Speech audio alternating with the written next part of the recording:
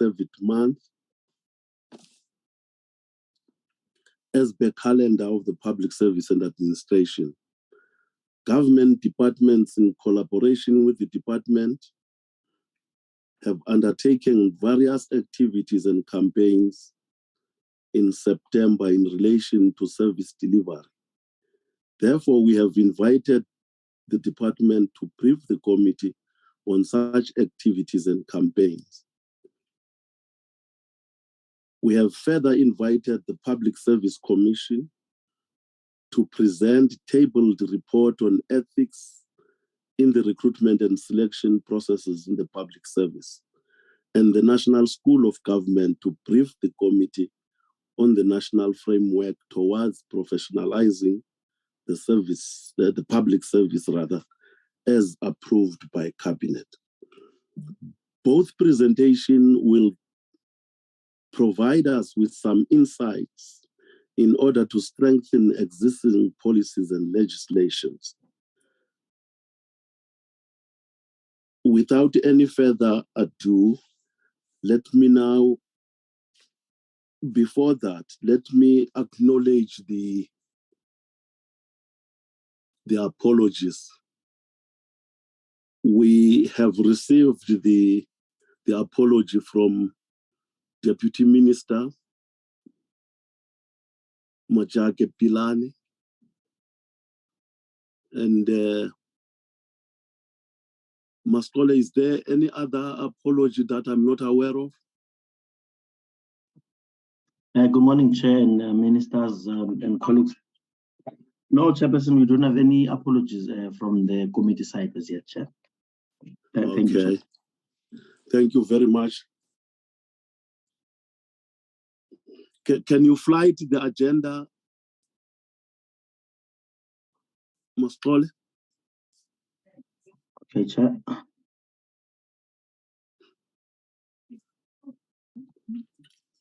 Can you be able to see, Chair? Yes.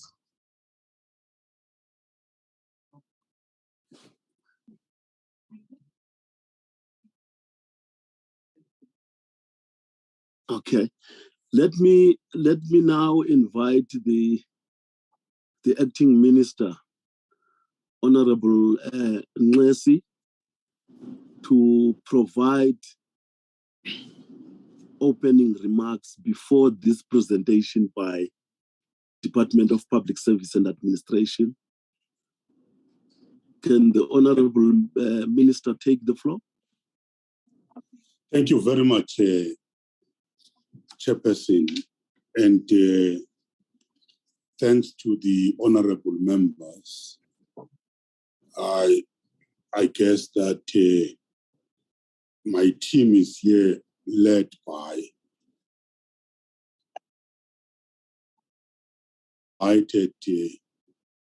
also Professor Figen as the chair of the Public Service Commission. You have Professor Busani Ngaweni as the chair of the National School of Government.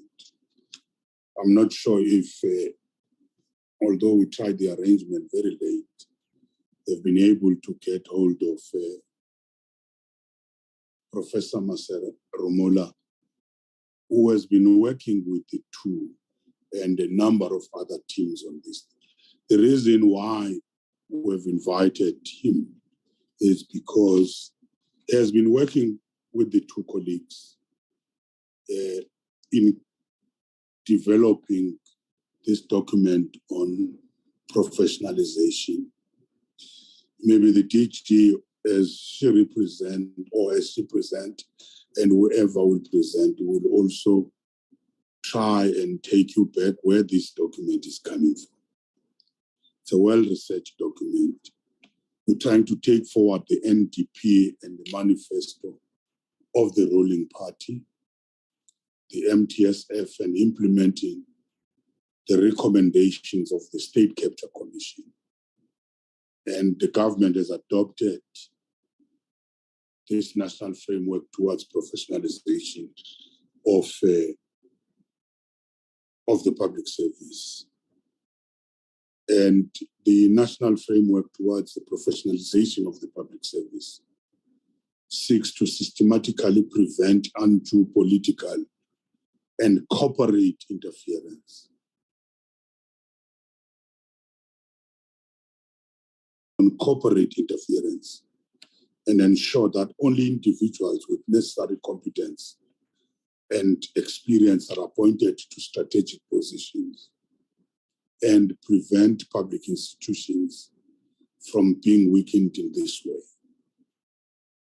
The framework will be applicable across all spheres of the public sector and lays down, amongst other things, clear requirements for recruitment and selection, mandatory recruitment and selection processes, mandatory induction for new public servants, and performance management.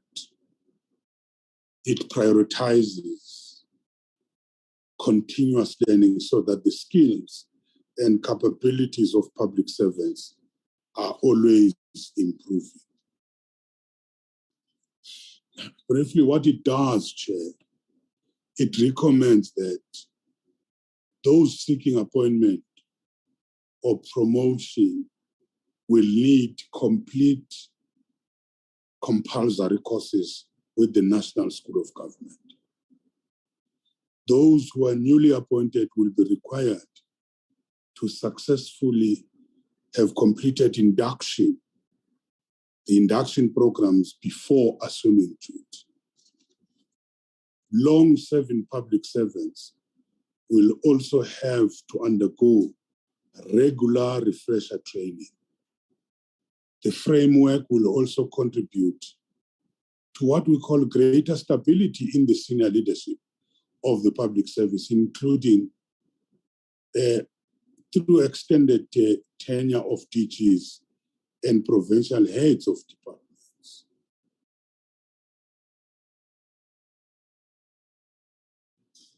You've noticed 5 years is too short. If you have a DG every 5 years, I think research has shown that DGs on average have been staying for something like 2.5 to 3 years. Therefore, there's no stability in the department. Politicians, it's a fact, come and go. Under the new framework, staff appointed into the political offices, including ministerial advisors, must complete a pre-entry course for middle and senior management with the National School of Government, as well as competency and integrity assessment within 90 days of their appointment. So Genati, the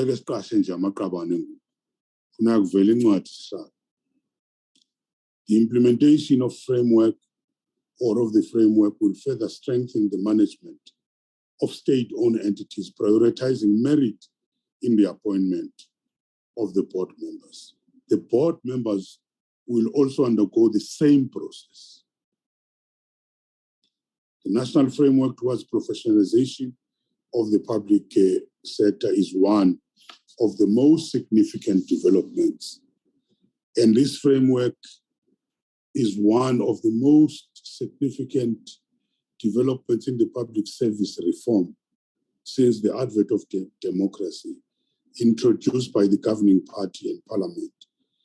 We're clear that it should support it. This is the first critical step. It gives renewed momentum to drive that commenced with the start of this administration to build the public sector that is ethical, professional, and efficient. We had a press conference, Chair and honorable members, and Professor Masara Rumula explained this thing very well. You can have a highly qualified person, but lacking commitment, lacking respect, because the person doesn't have the ethics. That's why in our development state now we're adding this ethical thing. So this framework should be welcomed by the country's public servants as an important tool for their progression as they work for the front line to deliver on the promise of the better life for every South African. Last week, after we had released this as my parting shot, I was invited.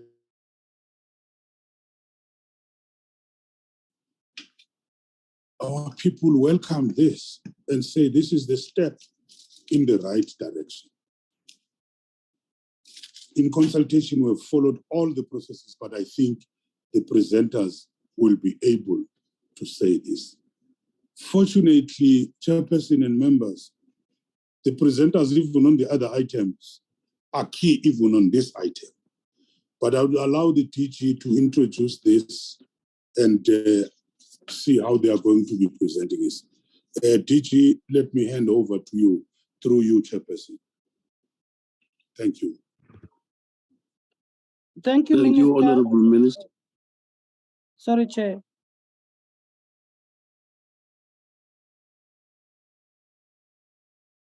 You can take the platform, DG.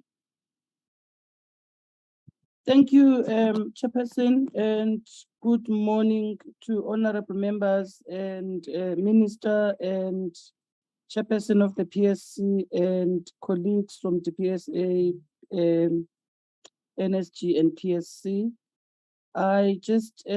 We have a colleague who is going to be presenting the report from the PSA, who's the DDG, Mr. Willie Vukela. I would like the permission of the Chair just to quickly hand over to him. He is the project manager for the Public Service Month.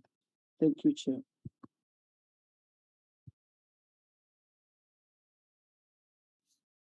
Thank you very much, DG.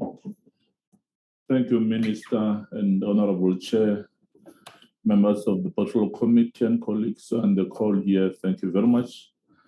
I'm going to be presenting here the report of the Public Service Month, as has been called by the Portfolio Committee to share on the development of what transpired in the month of September. I think, Chair, your preamble statement was quite correct that September is a very critical month in the public service.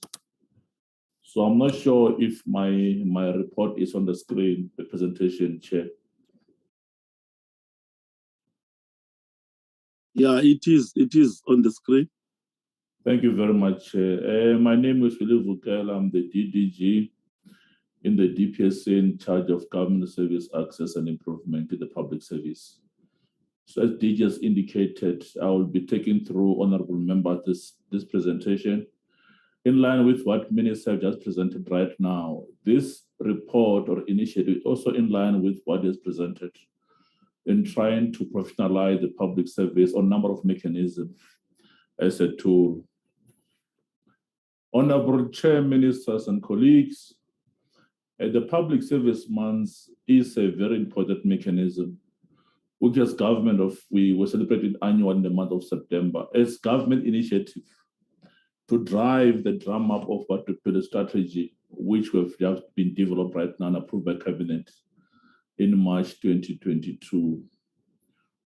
The month of September, there are a number of milestones that we observe in terms of trying to ensure that public service does reach citizens, is to improve the morale of public servants. What can we do as government? So as a DPSA, this is also a mechanism that assists in trying to professionalize the public service, that public servants must live the ethos and the virtue of what to build. And they will also identify the critical service challenges throughout participant modalities. We engage with citizens with a number of platforms. It may be our DDM, the public participation, citizen engagement, and other modalities that we, in the month of September, government-wide, we interface with the citizens. And to facilitate the improvement in the quality and efficiency of service delivered across the public service in all three spheres of government. One important element, Chair, is that this mechanism, it also assists in deployment of government officials, HODs, DGs, and senior managers in the core phase of service delivery, with the main view to ensure that to unlock the bottlenecks, I think there is evident that the month of September, it demonstrates government at work. Government does dirty their hands. All three spheres of government join hands and forget in terms of silo thinking and working because of this mechanism. It is coordinated in three spheres of government by the DPSA and ensure that we are able to bring on all stakeholders which are assisting in terms of delivery. Chair, in 2019, the Cabinet resolved that the public service months must be coordinated centrally, take into account other activities. I will share with you in terms of the other initiative that sit with other department and executive in the month of September. So this ministry coordinates that engagement in the central point. As part of leading the role, the DPSA, we have presented this report, which is integrated. It covers other initiatives. And for this year, 2022, the theme was Batupili Revitalizing Working the Talk. We're bringing back government to its basics to take forward the policy of Batupili, working the talk with the citizens.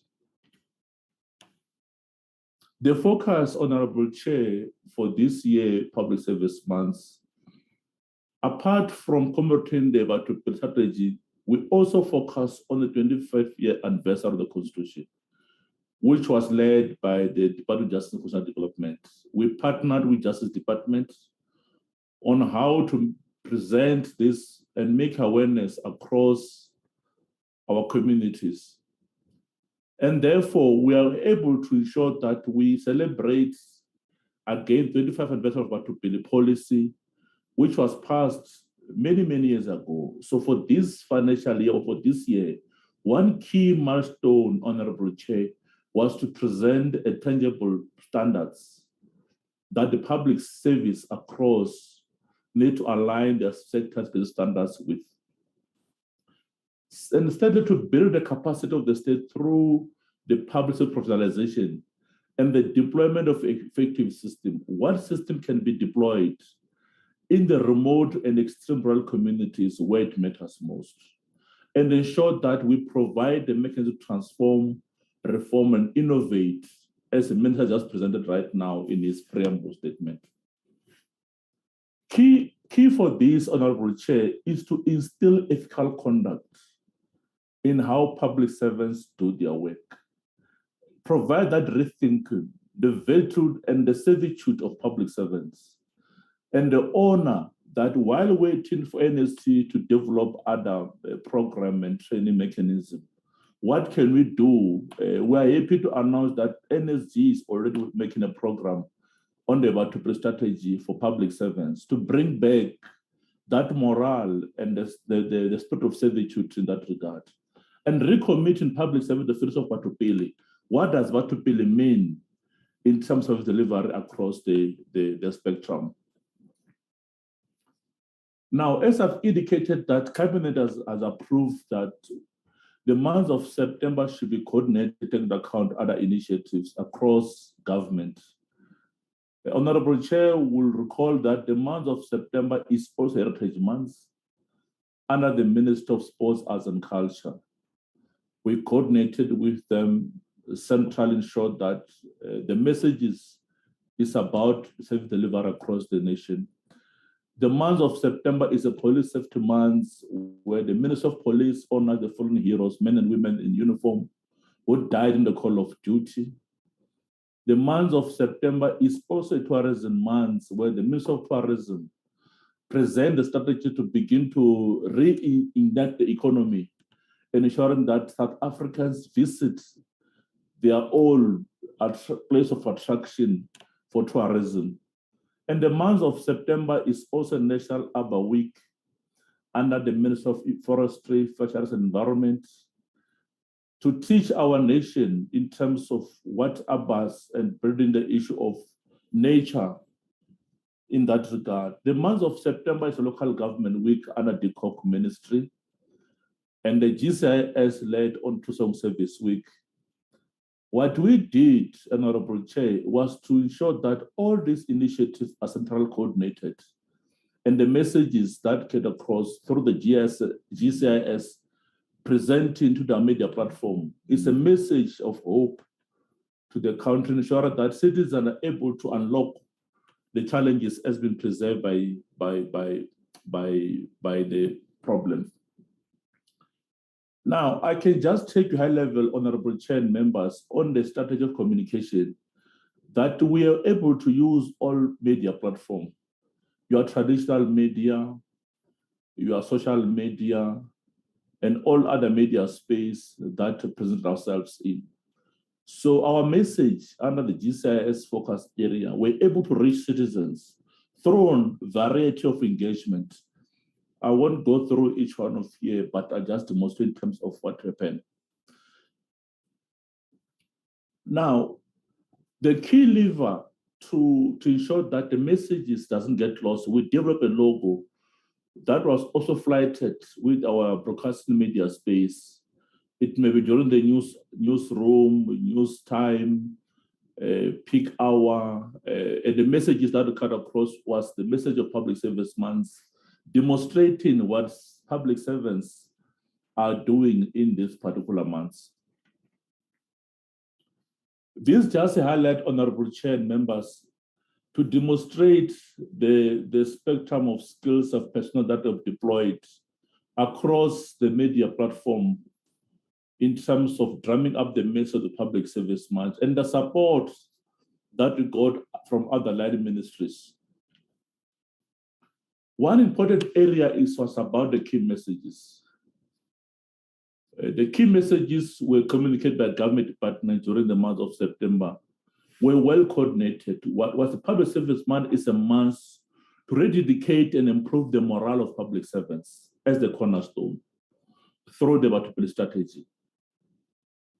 And therefore, we look at the Public Service Charter as a contract signed between organized labor and government and begin to bring in other elements of implementations that public servants take ownership, ensuring that how they deliver services is of ethical value.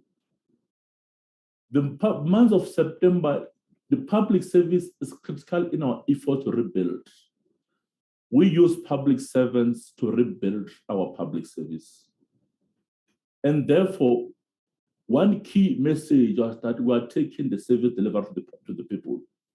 As I've indicated, the deployment of senior government officials to the cold face of service delivery will make us most. It is the demonstration that once a while, if that particular initiative does get monitored, we can arrest and address a number of issues that affect our citizens.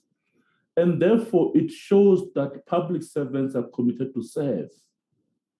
We live the slogans of serving and decisively broke the past by tightening our laws and policies that promote high ethical standards.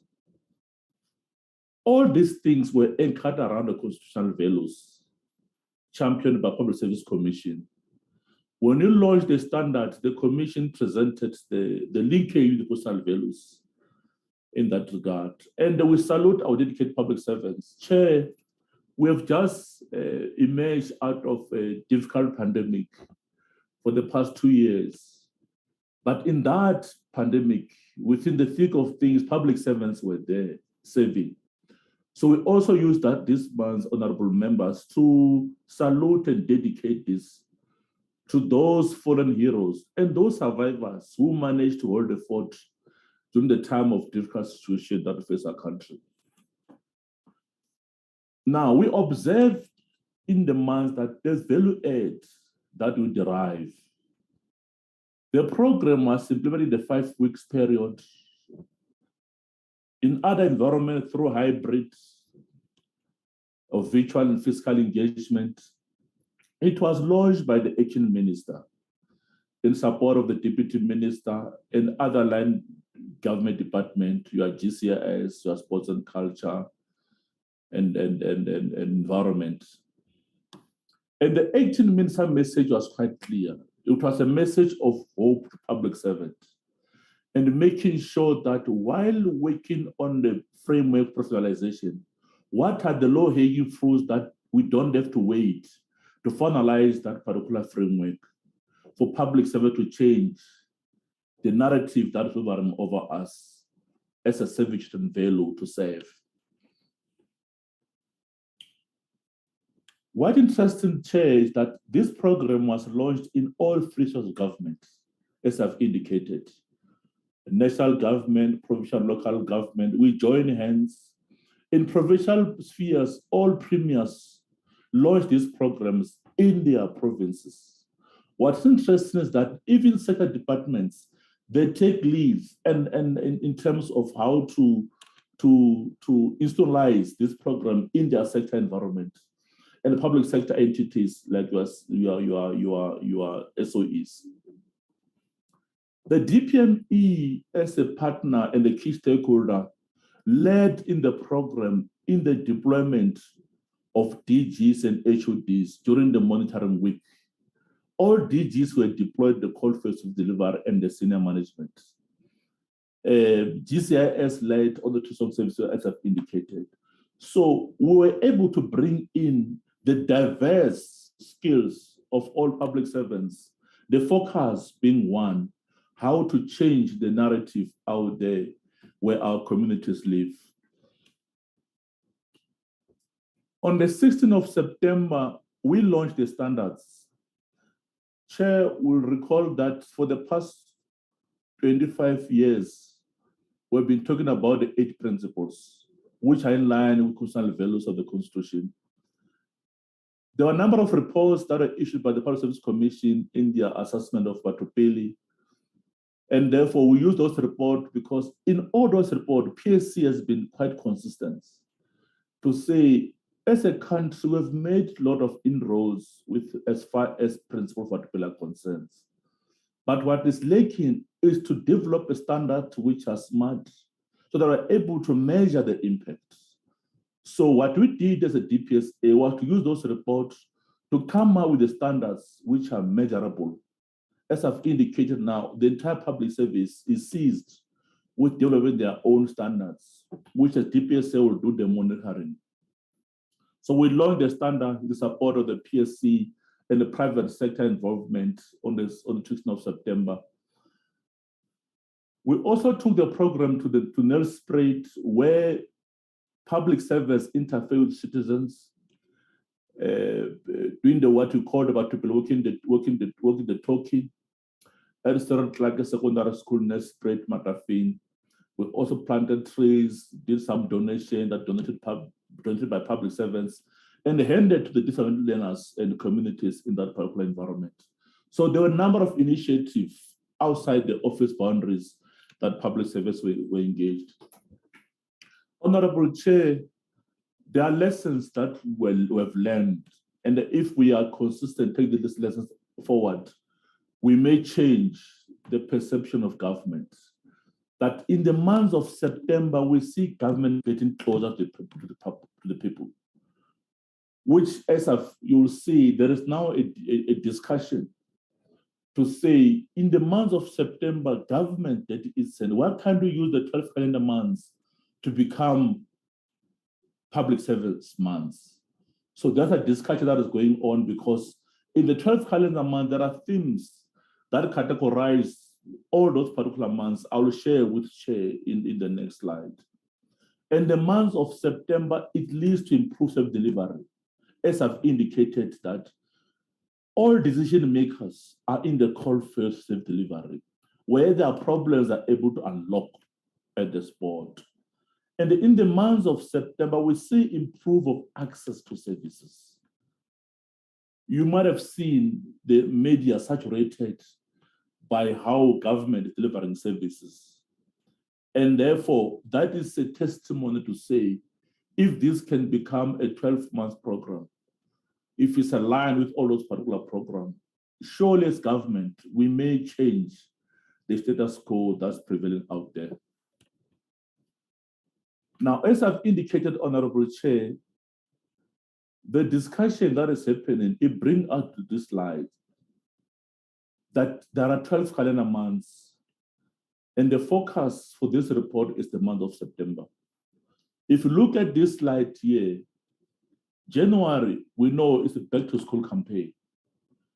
So what is the role of public service and public servants in that regard?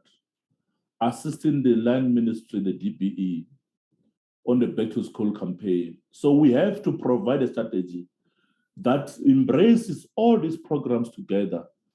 A minister may take this to the cabinet to share with his colleagues so that all departments are involved. February, we know, is the State of the Nation address. What is the role of public service and public servants in ensuring that the message that gets permeated through, it gets through the citizen public? And in March is the Human Rights Month. Do citizens know what does it mean when we talk about the rights of human beings in the month of March? In April is Freedom Month, so we may want to develop a program that cut across all this. May, yes, is Africa Month. We work closely with the Sports and Culture Department, and it's also an Energy Month. June is a Youth Month and also Environment Month. July, Nelson Mandela Month. August is the Women's Month. We need a strategy that can do the issue of GBV, that can address the scourge that is facing the country right now. September, in orange, this is where we're talking about right now. So out of 12 calendar months, we're talking 1 month of September. And in that particular month, this is where there is quite a huge impact. So meaning that, Chair, if this September can spread across 12 calendar months, you may see a different situation in terms of self-delivery and access out there.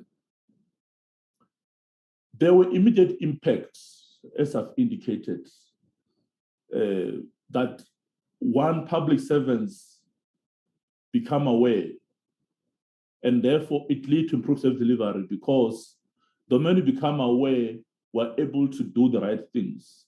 And it was able to expose DGs and all decision makers, your HOD and senior managers in the call for self-delivery.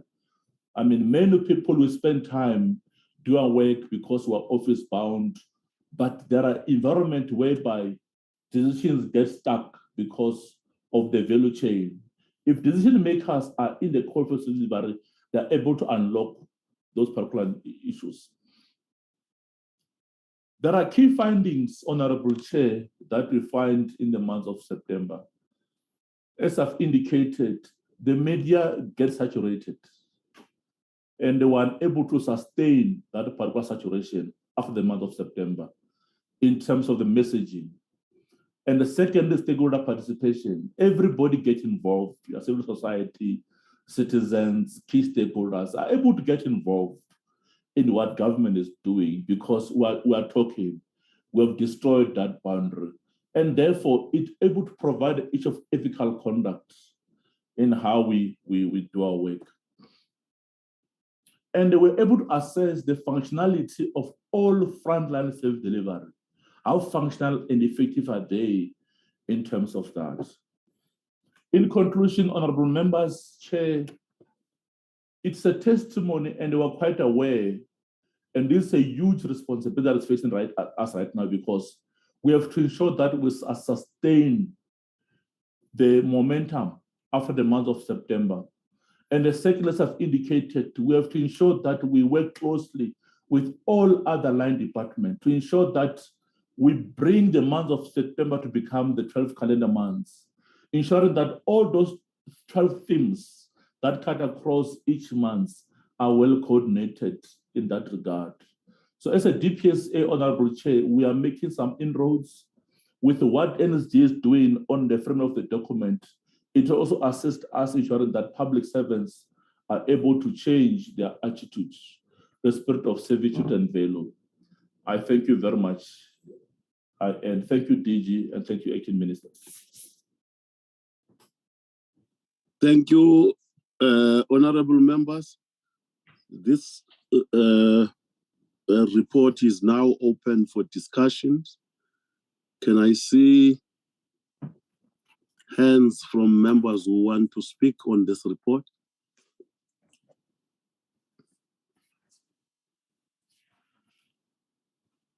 I see Honorable Maneli.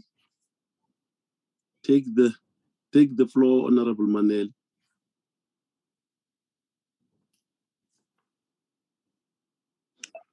Thank you, Chair, and greetings to all honorable members, the acting minister, DG, and everybody else in the meeting.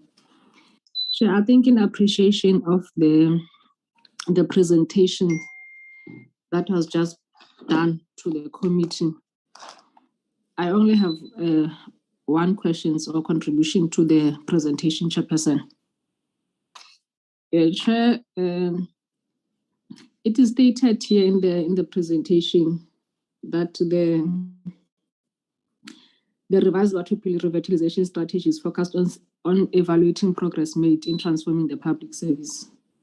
So I just need to check as to how can the department determine the impact of the Batupili revitalization strategy on the recipients of services?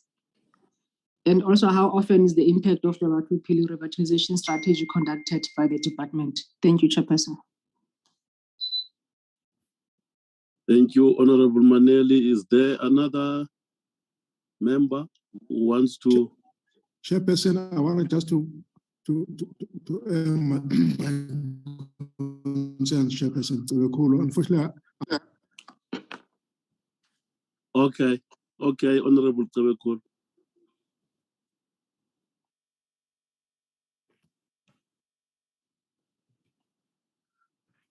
Honorable Tebekul, you can take the floor.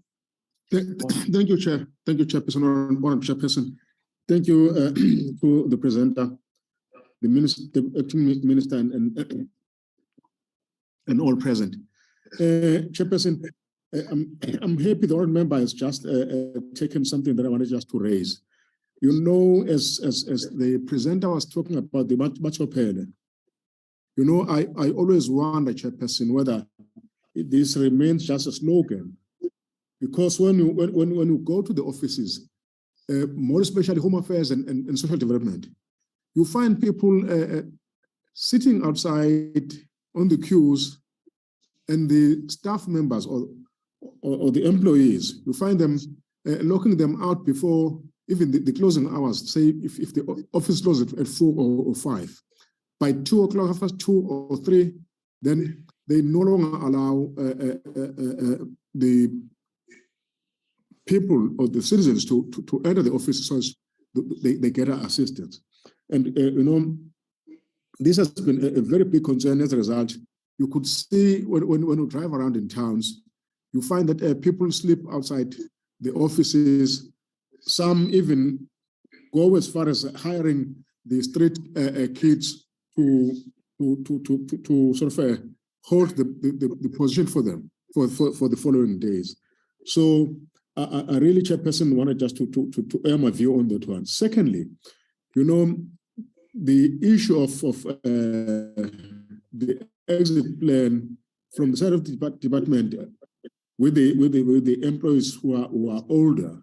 Well, I just wanted to establish, is there any exit plan that is there in order to allow those old employees to exit office and the younger ones to come in on the office, bearing in mind that the experience, yes, is required, but at the same time, one is expecting to see the younger employees coming to the offices. Let me make an example, Chairperson, although it might be argued. What I've seen, Chairperson, these days, people are in the rural areas, more especially in these part-time jobs. They are told they are not only people under 35 years should be given those opportunities, and the old ones are not given the opportunity to proceed working. Like the case of the Department of Health. In Department of Health, there's the home-based care or the home-based caregivers. Now, it's only the young women in most who are given the opportunity to do that work. And mind you, these old women who are above 35 are responsible mothers, actually, who are looking after their families after maybe their husbands have passed on. Just those issues, Chairperson. Thank you. I think I've met my view. Thank you. Honorable Komani. Thank you very much, Chair. Good morning to honorable members, Deputy Minister, and let us welcome the presentation presented to us. However, Chairperson, one would raise very serious eyebrows on the department speaking on this Batupeli principle. I don't know what is the yardstick that the department is using to measure whether Batupeli principle is practiced to the most, because to name a few examples, Chair, we've got the Department of Labor in Bela, which we spoke to the Minister of Labor about, but then it is the responsibility of the public service, because those people there are queuing in long queues, elderly people are lying on the streets, everything. In Limpopo, Chairperson, we're still having people, we had an incident where a woman gave birth at the gate of the clinic, because the clinic was supposed to be open 24 hours. It was closed. The nurses there did not assist. But then when the department preaches Batupeli, we would then want to know what yardstick does they use? What is it that they are doing to address the challenges faced by the community members? Because when we speak of Batupeli, we are saying services to the people. People must get services. We still find people queuing long queues at the Department of Home Affairs. And elderly people, for that matter, without any chairs, without anything. We still have our public servants who are working there, like disregarding and disrespecting our citizens. What is the yardstick that the department is using to measure the adherence of Batupeli principle? Thank you very much. Thank you, Honorable Komani. I see no further hands. Then I will allow the department to respond.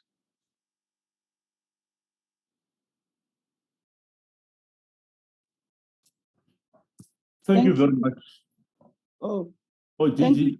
yes, I just wanted to indicate that you will take a number of these questions. There was the first question around the Batupeli strategy as well. And then the second one around... I'm sorry, DG. Chair, I'm having a serious problem with my gadget. I'm trying to touch all over. It's not opening. I'm so sorry. I've been trying my level best, even now, to shout other than raising the hand. I'm so sorry for that. Honorable DG, yeah. Can you hold on with the response? Let's give Honorable Nduli opportunity to raise question. Thank you very much, Chairperson. Greetings to the meeting. And we welcome the presentation from the department. And Chair, I want to raise the point that as the portfolio committee, I think we are very much happy to hear that the department is trying to adhere to Batupeli, because as this portfolio committee, we've been sounding like a scratch record, even to say, can the Batupeli be sort of put in all offices, so that even if you come in, you go out, you got that touch. So I echo Honorable Maneli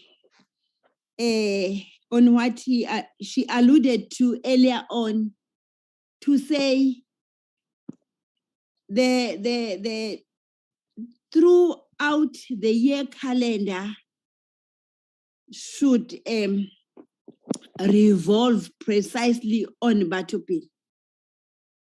The honorable members here have mentioned some of the examples that shows very well that this Batupile is just a theory. In practical, there is no Batupile. And again, there is no monitoring. We've been asking now and again to say, as a department, is there any way of maybe having those announced oversight to these departments, particularly your home affairs, your health, whereby you find that a person has been there, a very sick person is lying on benches instead of getting the assistant. And one other common issue is the breaks and lunch times. You find a long queue,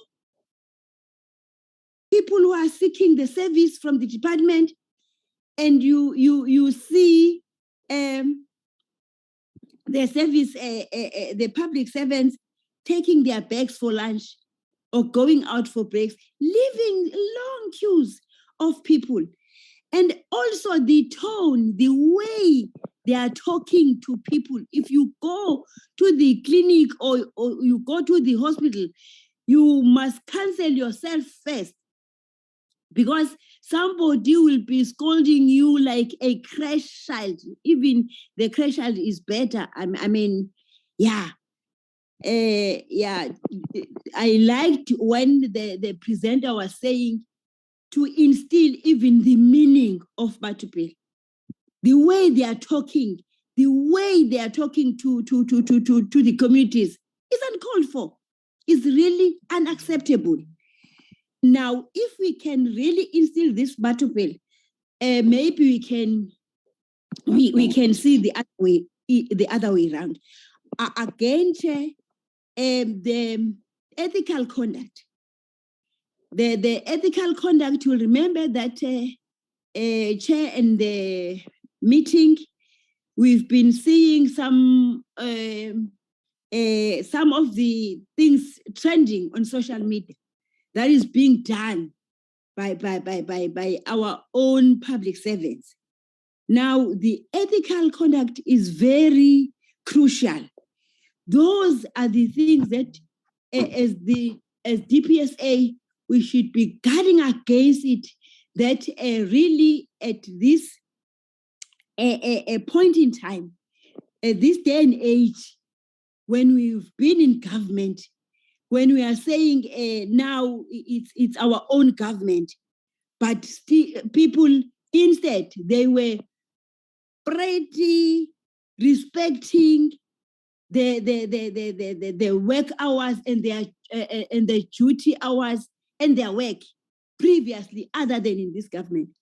You see, people, it's as if bazawumemezana nje baba lapha phezu kwenu nizofuna isevisi bayaneqa nje bagaxa lezi zikhwama bayaphuma. I think maybe we are, as DPSA, we are getting into the core. Thank you, Chair. Thank you. Can now, Chair, before the Honorable Komani. Thank you very much, Chair. I wanted to correct something on the statement by Honorable Nduli. Honorable Nduli said the committee is happy about the report. I want to echo a different sentiment, that it is her view, but where I'm seated, I'm not happy as I have raised my concerns. Thank you very much. All right. Can the department respond to questions raised thus far?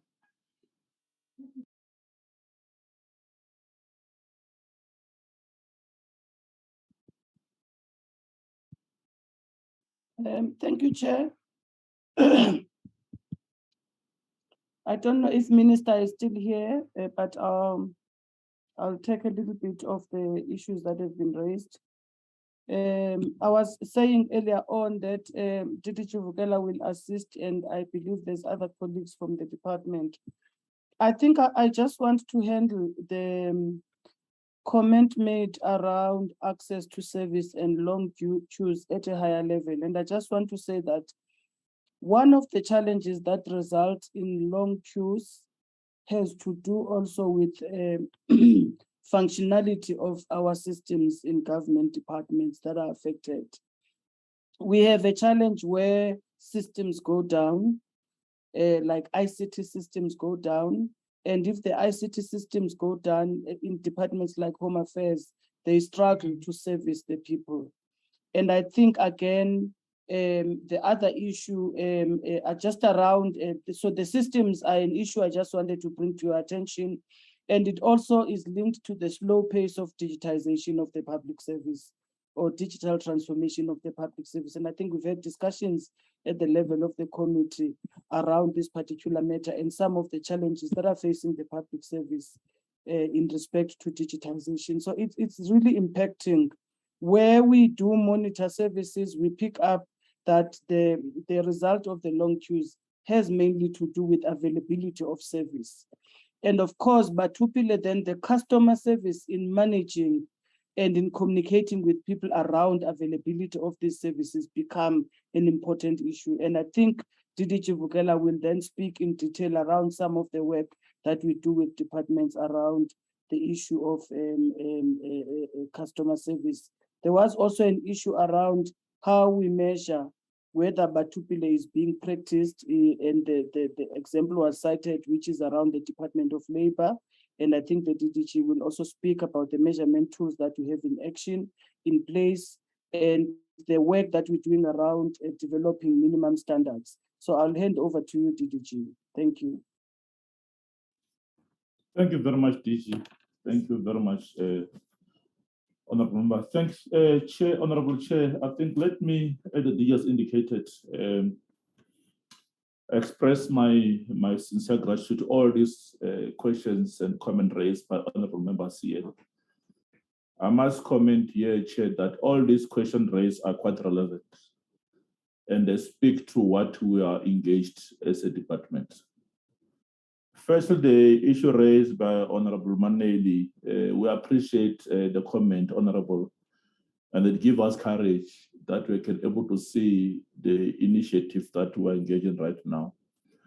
You also further make a question to say, how can we determine the impact? I think your question is also in line with the question raised by Honorable Komane on the yardstick that we are using. Members, when I presented that, I've indicated that for the past 25 years, there was no measurement tool. What government was doing was drumming the principles, which in law, you called it moral persuasion. We're persuading public service-wide to adhere to the principles. There was no recourse, members. Those principles were well and good, in line with the values. Now, I said, when the PSC did their assessment report on the assessment of the impact of Batupile, in most of their reports, they concluded that what government must do now is to move to a standard. Standard are yardstick. What we did was to take those reports, look at the gaps, and develop standards, which were approved by Cabinet in March 2022, just quite recently.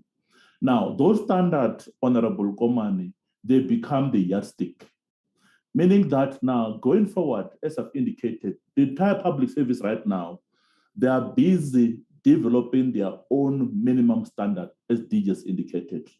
On the 16th of September, we launched the standard nationally. So giving now government-wide to say now, go look at your sector, develop standards that are measurable. We can measure all the principles. So we agree with all your concerns. Your concerns are quite relevant. I think going forward, when you call us back, we can share with you now the level of impact and the recourse to citizens. So those are quite relevant questions and comments, Honorable Koman, Honorable Manedi. Honorable Sevenkula, I think DG have added to that. The only thing that DG may want to come back and respond is the exit plan for older people. I cannot respond to that. I think DG will respond. She will come back to that. Honorable Ntuli, thank you very much for your observation, Honorable Member, on the issue of that. We have now gone back to the principles and the basics. I agree with you.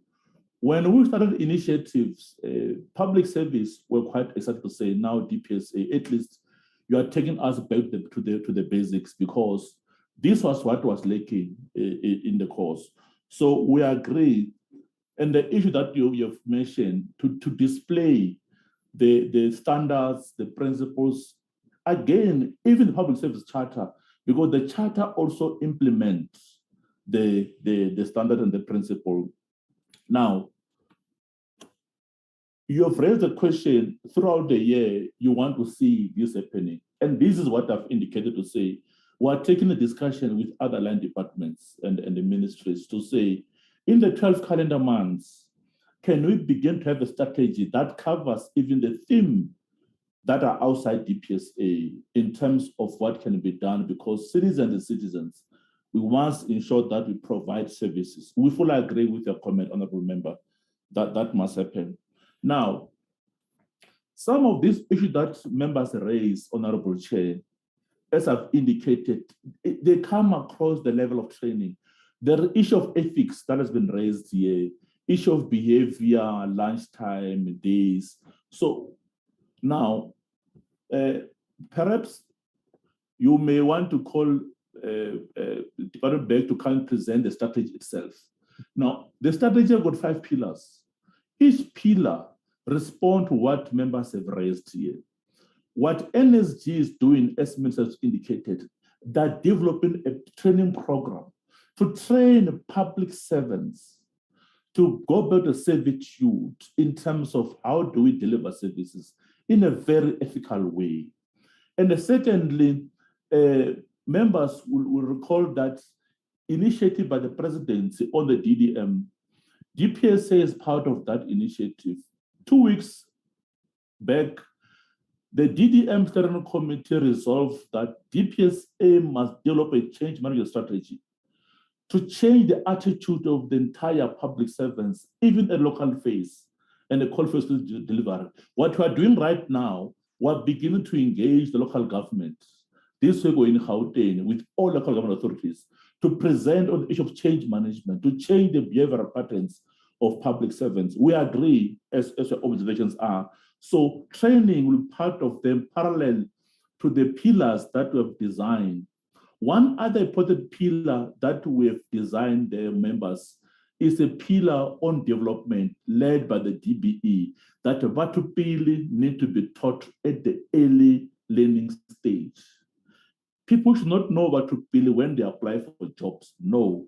People must know Vatupili from the school level so that when they join government, they know what to serve. So we're engaging DBE through our DG. So engagement are going on, and therefore you may see the change of curriculum at an early and a basic learning stage of our learners. So that will address some of the issues that members are raising here.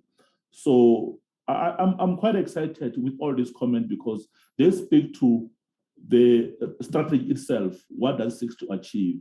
And as soon as members go through the strategy, you realize that most of these concerns are concerns that government has. DG, I think I've covered everything. I only left one that I'm not qualified to answer. You can answer that, DG. Thank you very much.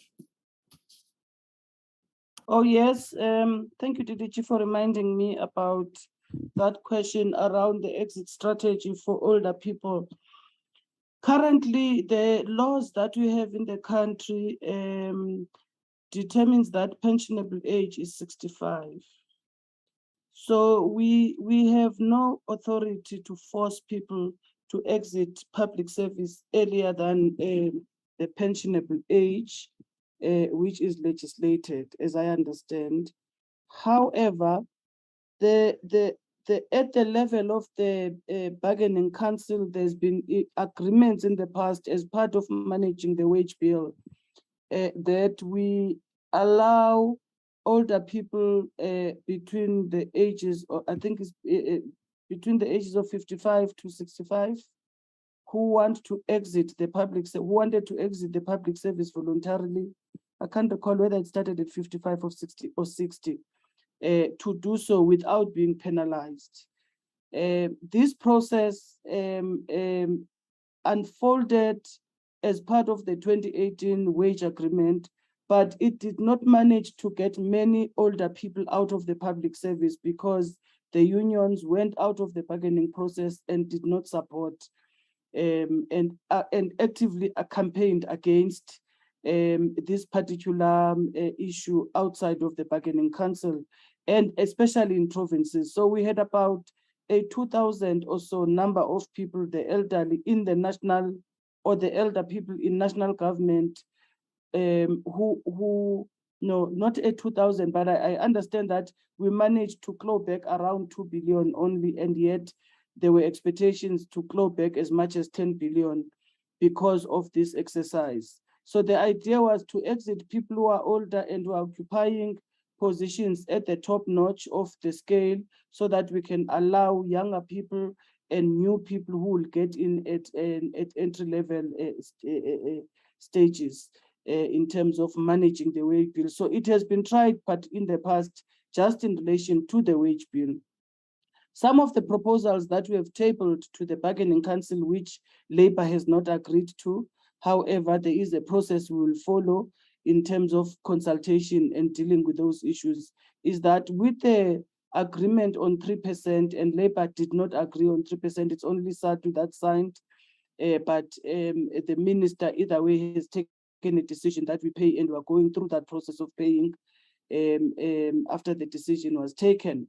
Now, there is a component there that when initially the offer was at 2%, and out of conciliation processes or mediation process, facilitation rather processes, government agreed to add another percent, which made it 3%, with the proviso that the money will be clawed back, the money for that 1%, because it falls outside of the fiscal envelope, it will be clawed back through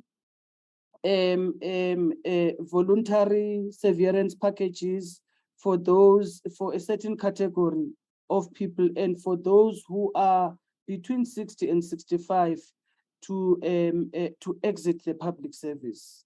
And so Labour has not agreed on that, because obviously they've indicated they don't agree with the 3% offer. And so there's no agreement at this moment. However, there's a mechanism that we are going to follow up in terms of still engaging with Labour on this matter, and ensure that the clawback issue that we had proposed is followed up and given attention to. So that could assist. But from an employment practice point of view and from a legal point of view, we cannot just say, hey, old people, please leave because the new people want jobs. You have to incentivize them to leave if you want them to leave, but it must still be their decision.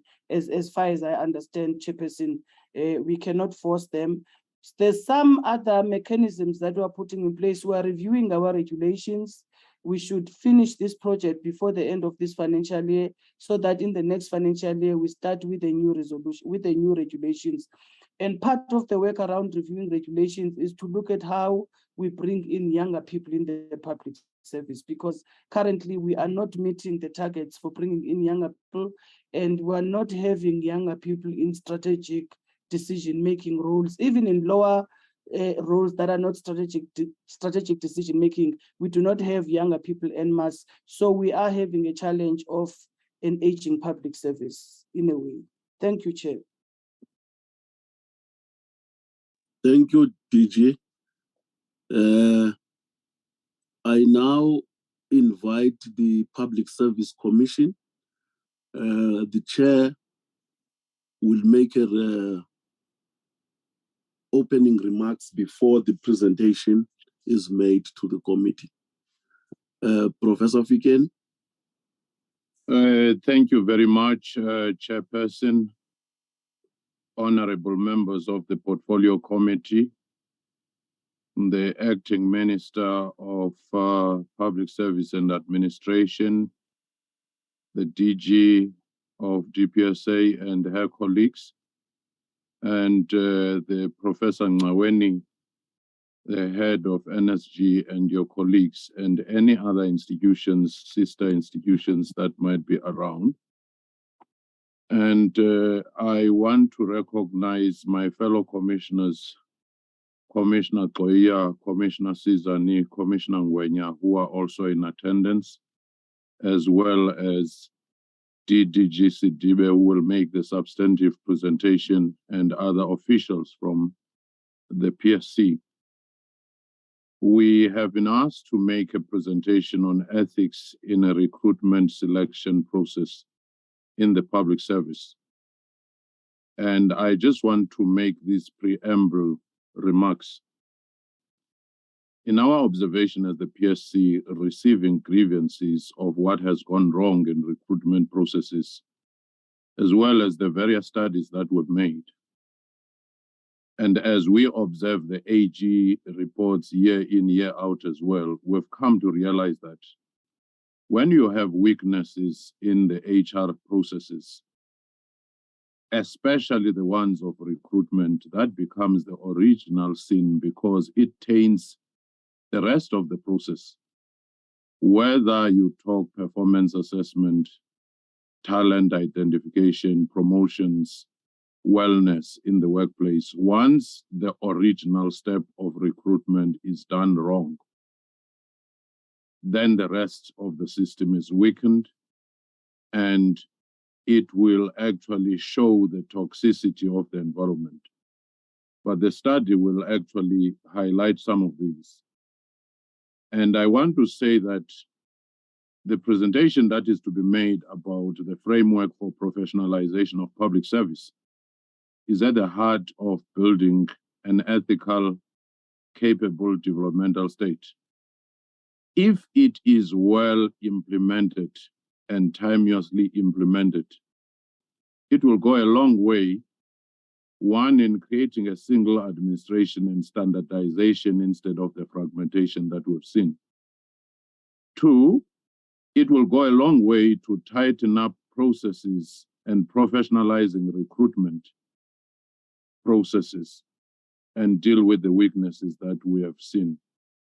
So I would like now to invite Dr. Kolofelo Sidibe to present our DDG from the PSC to present our report. And again, I want to end by saying PSC makes itself available to Parliament, to the legislatures, through these reports to say they should not end with being reports, but the actioning and the implementation, Parliament can utilize them, departments, DPSA, and I was very much heartened by the presentation of DPSA, which said, once PSC presented its reports previously, we had to establish standards on Batupile. And it is that ecosystem where reports do not end up being reports, but they are actioned. And we monitor, we evaluate, and we make ourselves available to Parliament again. Should you say these are other areas that we should follow up on? And we always appreciate your wise counsel and your support in this respect. Thank you. Thank you. Can the DG take the platform now?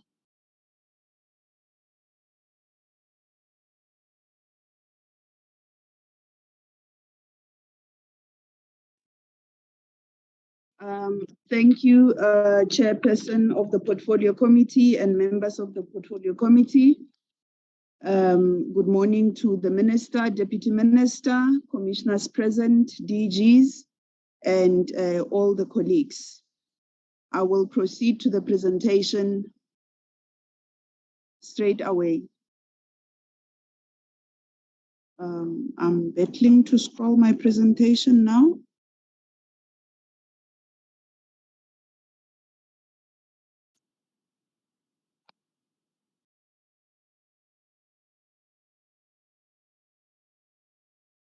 Just bear with me.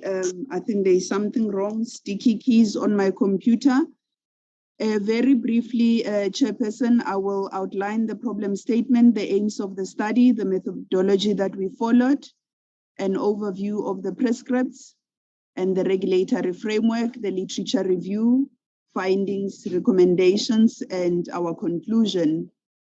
I think the committee is well aware of our mandate, that we conducted the study well within our mandate in terms of having oversight on administration, personnel procedures, public administration practices, as well as adherence to public service prescripts. In terms of the problem statement, the PSC, when conducting a number of studies previously, especially looking at the area of recruitment and selection, some of the findings alluded to the fact that challenges in recruitment and selection, they relate more to the issue of ethics, not necessarily the issue of the prescripts per se. Although there were instances where obviously non-compliance with prescripts were alluded to. It is on that basis that the PSC decided to conduct a study in this particular area, because recruitment and selection, as one of the important aspects of human resource management, people are the most precious assets in our organizations. It was therefore important for us to look at the recruitment and selection processes and how issues pertaining to ethics throughout the processes and decision-making processes manifest itself. This is absolutely critical because, if I can paraphrase quickly, a number of authors who have commented on the issue of ethics, such as Albert Cumas and Samuel Johnson, is that integrity without knowledge and skills is weak and useless, and yet knowledge and skills without integrity are dangerous and dreadful, because a man without ethics is like a wild beast set loose on the planet, and that would be what we do in the public service when we do not attend to the issue of ethics. So in this study, we wanted to examine the nature and the magnitude of ethical dilemmas that manifest themselves in the area of recruitment and selection. And part of why we wanted to do this, we wanted to see whether people who are also involved in recruitment and selection processes, including our HR practitioners, senior managers, and middle managers who are delegated to run with recruitment and selection processes, they have the necessary skills to make ethical decisions. And linked to this, we wanted to see whether the study can highlight for us the need for capacity development in this particular area, so that we can make recommendations to assist. We did the study in 2 phases.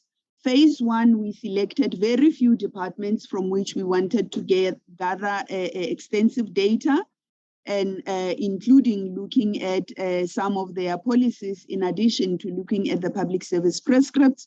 We also collected primary data from people who are in the HR space in this department. We were expecting, obviously, to receive responses from senior managers, middle managers, as well as practitioners who are at junior level and supervisory levels. And the second phase of the study, we then took the draft report to deliberate on it with a large number of officials through 10 sessions that we had, 1 in each province, inviting all departments, as well as a session where national departments were invited, including those that were in the phase 1 study and those that were not.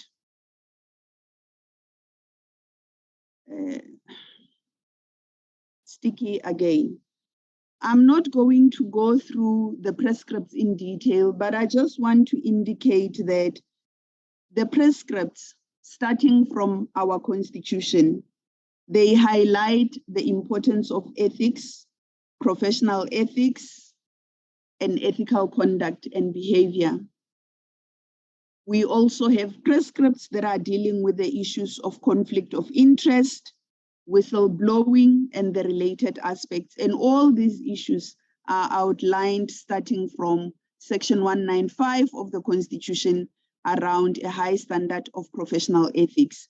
And we have the Public Service Act, the regulations, the Labor Relations Act, basic conditions of employment, employment equity, and the toolkit on recruitment and selection, the executive protocol for the appointment of HODs and DDGs. All of those documents, they do allude to aspects that require ethical conduct and behavior for a very simple reason. Issues of fairness, professionalism, ethics, and so forth, they have elements of ethical conduct and integrity embedded within them. And the prescripts will not necessarily tell you everything, but what is clear from these prescripts is that at a certain point in time, where there are gaps in our prescripts, we expect humans to fill in the gaps in a manner that will be considered acceptable and fair. So in terms of the literature review, when we looked at the literature review pertaining to issues of ethics, especially in the areas of human resource management, the literature says a decision to appoint a person, it's a human resource issue or action. It is an economic action, it is a legal action, and it is an ethical action. So when we appoint people, we need to take all of these issues into consideration. Therefore, ethical considerations, in addition to all other aspects in the organization, they play an important part in making sure that we appoint people who are technically capable, but also they need to have the integrity and ethics that we are looking for, or the ethos that we are looking for in the public service. In simple terms, it's very difficult to define the issue of ethics, the literature tells us. However, ethics, ethical conduct, and moral behavior, they do build trust and credibility, and they can enhance the organization's goodwill. In the public service, however people act in an organization, in that little organization, those actions tend to be generalized. And the public service, when one person or one institution act in a particular manner that is considered not to be ethical, the generalization would be that the public service or government in general is unethical. The authors Van Vieren and Rousseau, they have given us guidance on how we should test the ethical compliance of our decisions and actions by asking ourselves a series of questions. Is what I am doing legal? Because in the South African context and public service, a lot of what is expected of us from an ethical perspective has been codified into certain prescripts, but obviously we cannot expect prescripts to cover everything 100%. Is it fair? Does it hurt anyone? How would it look if it were to be published in the newspaper? Have I been honest with those who are affected? And maybe have I been honest with myself and my conscience? Can my conscience live with my decisions and actions? Is it procedural according to our policies and procedures? Is it consistent with our organizational values? Maybe we can also add other actions and say, can my actions and decisions be spoken about publicly and proudly, and can they be demonstrated as best practice? Can my family and children, or even neighbors, honor and respect me when they hear how I have acted and I have decided? So these are the very basic questions that we need to be asking ourselves to test for whether our actions and decisions in the public service are ethical. We then bring in Immanuel Kant, who said, a man is guilty when he violates the rights of another but in ethics, he is guilty if he only thinks of doing so. And this is what clearly demonstrates that it is not possible to codify the expectations in terms of integrity and ethics 100% in prescripts. In dealing with the study, we obviously expected to have a slightly large number of people responding based on the sample that we had, but we had 68 completed questionnaires.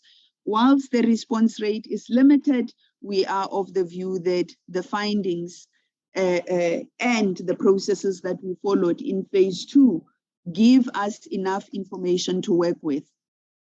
In this slide, we are only reflecting the departments that responded, and maybe of concern as some of the departments where there was a 0 response rate, and in the departments where there was 1 questionnaire submitted, we understand in certain departments a group of officials sat together and worked on the questionnaire. So in this slide, we just want to indicate that we had the 10 sessions where the draft report was deliberated on with departments, and the participation was extremely good in those sessions. Then the findings. Issues of abuse of power and personal interests were alluded to, and these tend to emanate from SMS members, including accounting officers and executive authorities.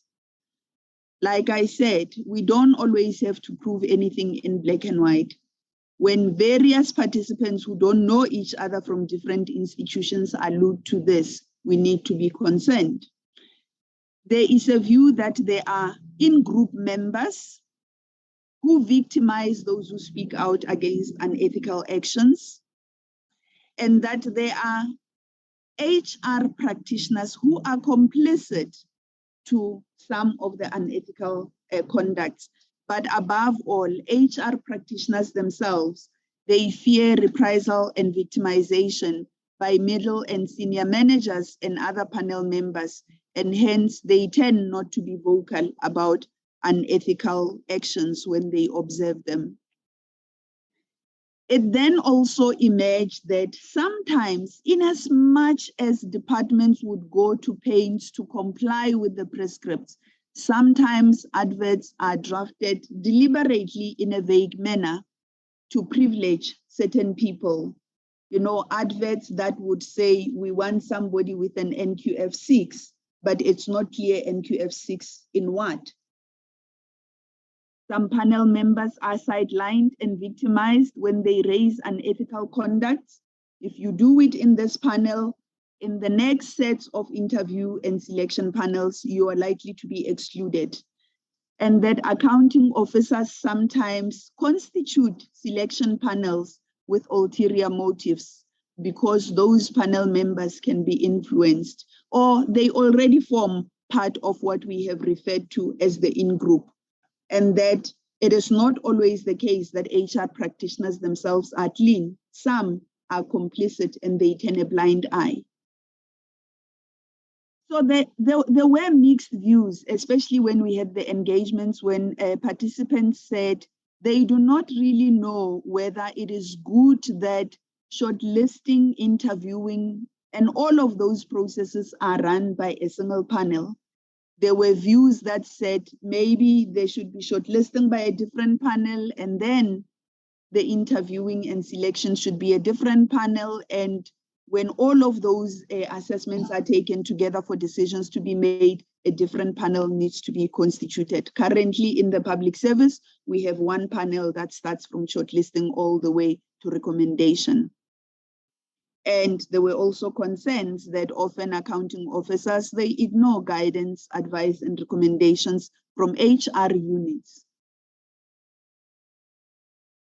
In terms of whether panel members have the necessary skills, the findings suggest that people are 100% aware of the Code of Conduct for Public Servants. And this assists everybody to identify when there is unethical actions. Based on this, potential conflicts of interest are easily identified. However, due to instructions and pressure from senior managers, these are often overlooked. It's not in all ways, but there are many instances where the participants said this is exactly what happens. Advocacy sessions are conducted to deal with the issue of ethics. However, the recruitment and selection aspect of it from an ethical perspective is not always attended to. Now, the basis for capacity development on ethics in recruitment and selection. The view is that the roles of ethics officers and committees are well understood. So our people are educated. They know what is expected. However, some ethics officers are said to be utilized as molds for senior managers and executives to identify and report on whistleblowers and or to hide dishonest recruitment and selection processes. There are views that reporting lines of ethics officers in some instances are a challenge because these ethics officers report to the champions of unethical practices. The impact of unethical decisions, they manifest themselves in low staff morale. There is lack of ethics training focusing on recruitment and selection processes per se.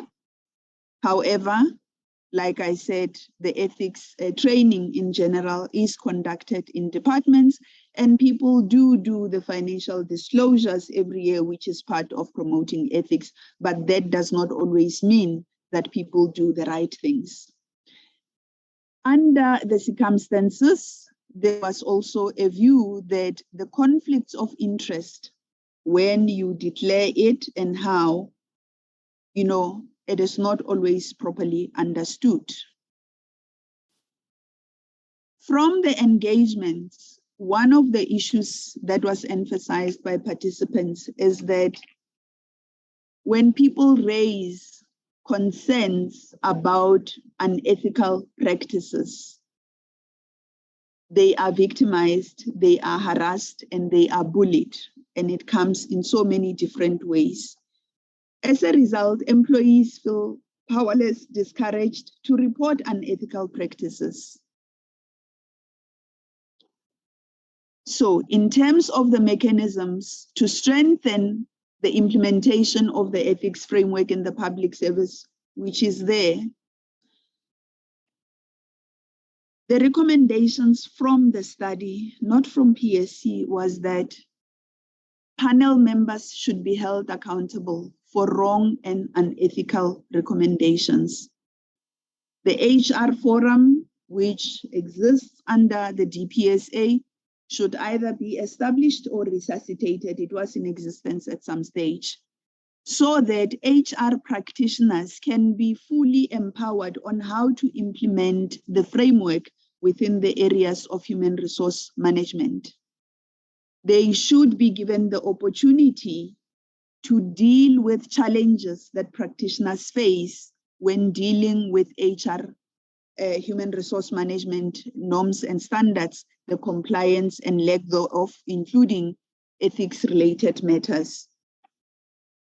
The following were also suggested during the engagement sessions, that HR functions and employees should be capacitated to strengthen accountability and consistency within departments. This is not just about training people or educating people, because to a large extent, some people are very much educated, but it is also about educating the heart so that people learn to do the right things even when no one is looking.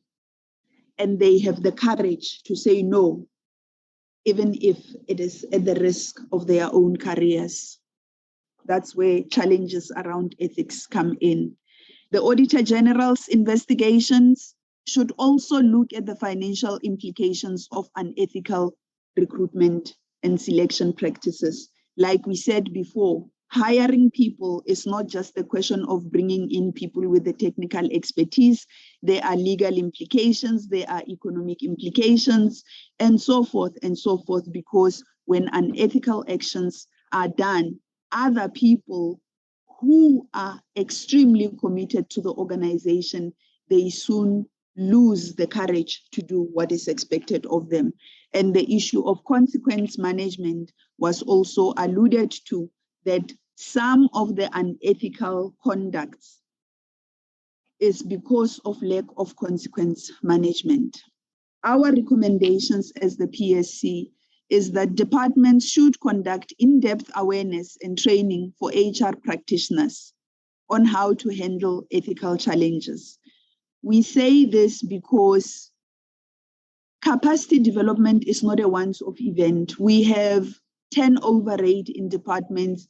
DG Makasi has just indicated that they do not have a means to retire people, but at some stage people do retire. So if you've done your training this year, 3-4 years down the line, in some departments, the chances are 50 to 60% of that capacity might have moved to other greener pastures, and you have a new group of people who might require the training. In the quest to strengthen awareness in general, the National School of Government and the DPSA, when conducting workshops on issues of ethics, they also need to put emphasis on ethics in recruitment and selection, because recruitment and selection is what brings people into the public service. It is what helps us to keep the people and help us to fire them if we have to fire them. The DPSA should, starting from 2022-2023, ensure that all public servants, starting from level 2 to 16, as well as the executive, they do sign the constitutional values and principles pledge, the anti-corruption pledge, as well as the code of conduct. And these must be kept in employees' files. And maybe the employees themselves must also display this so they can remind themselves what they have committed themselves to. As part of professionalizing the public service, considered efforts should be dedicated towards capacitating the HR functionaries in departments. We do not want our HR people to be concerned with ticking the boxes for whether people submitted their PAs on time or whether leave forms were submitted. HR needs to play a much more strategic role in making sure that departments are properly capacitated, not just with highly skilled and experienced people, but also with people who are there to advance the constitutional values and principles and the founding values and everything else that is expected of public servants, none of which amounts to lack of ethics, corruption, and fraud. Investigations of any misconduct and irregularities in recruitment and selection should also address the issue of ethics, and severe sanctions must be pronounced on so that we move away from only pronouncing on sanctions when it is 100% clear that people acted against a particular law. We also need to start looking at the issue of ethics and take punitive measures to that extent. In conclusion, the study has revealed that we do have the legislative and the regulatory framework to promote ethical conduct and behavior. It doesn't have to cover everything, but often, even with the bare minimum that is outlined, there are instances of non-compliance with those. The study has confirmed that unethical practices contribute negatively towards the effectiveness of departments, issues of low staff morale, and also just issues of bringing in people who are not fit and proper in terms of their technical expertise and their ethics and integrity standards and those that are expected from public servants. The findings also allude to a complex relationship between non-compliance with prescripts, unethical practices, and positional power in departments. This is absolutely important because ethics is a leadership issue. When the leadership is ethical, one can expect that ethical conduct and behavior will start filtering down to other levels within the organization. But when the leadership itself is not ethical, those practices, they will also manifest themselves throughout the various ranks of the organization. Unethical practices, they do put employees, especially HR managers or HR employees, through ethical dilemmas that result in people being despondent, frustrated, and emotionally exhausted. This is important so that before we judge HR practitioners, as the employer and senior managers, we always need to ask ourselves, have we been treating these people and giving them space to do the best for the organization, or have we ourselves contributed towards these people not doing what is expected? Unethical conduct is an antithesis to creating a capable, professional, and developmental state. It has to be dealt with in the same manner in which any other serious matter in an organization has to be dealt with. Let me close, Chairperson, by saying Aristotle said, educating the mind without educating the heart is no education at all. In our case, in the public service, having the most competent people from a technically inclined perspective, but people who lack ethics and integrity is not a service to this country. Thank you very much.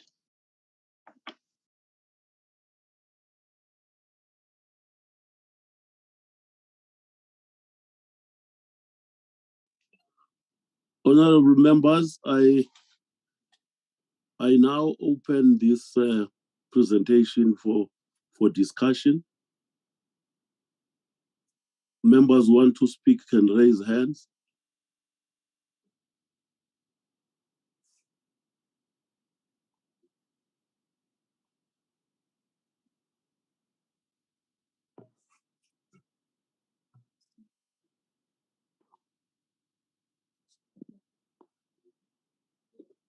Okay.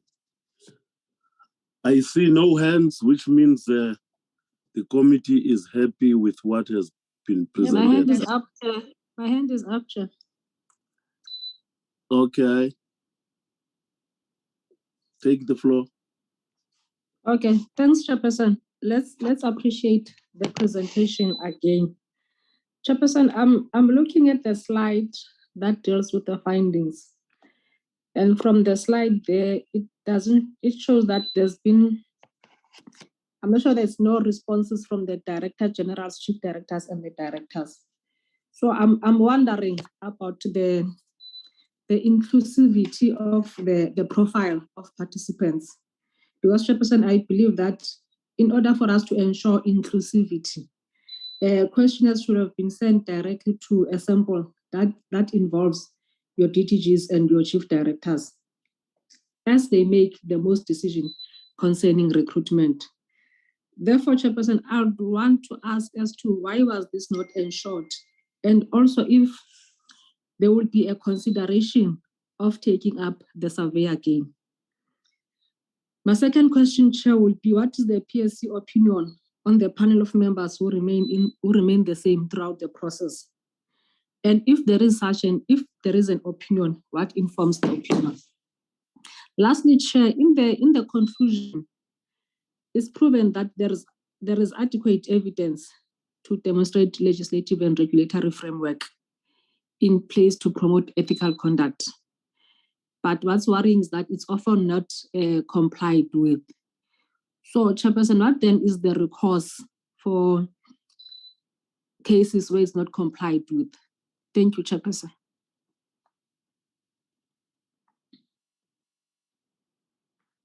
Honorable Komani.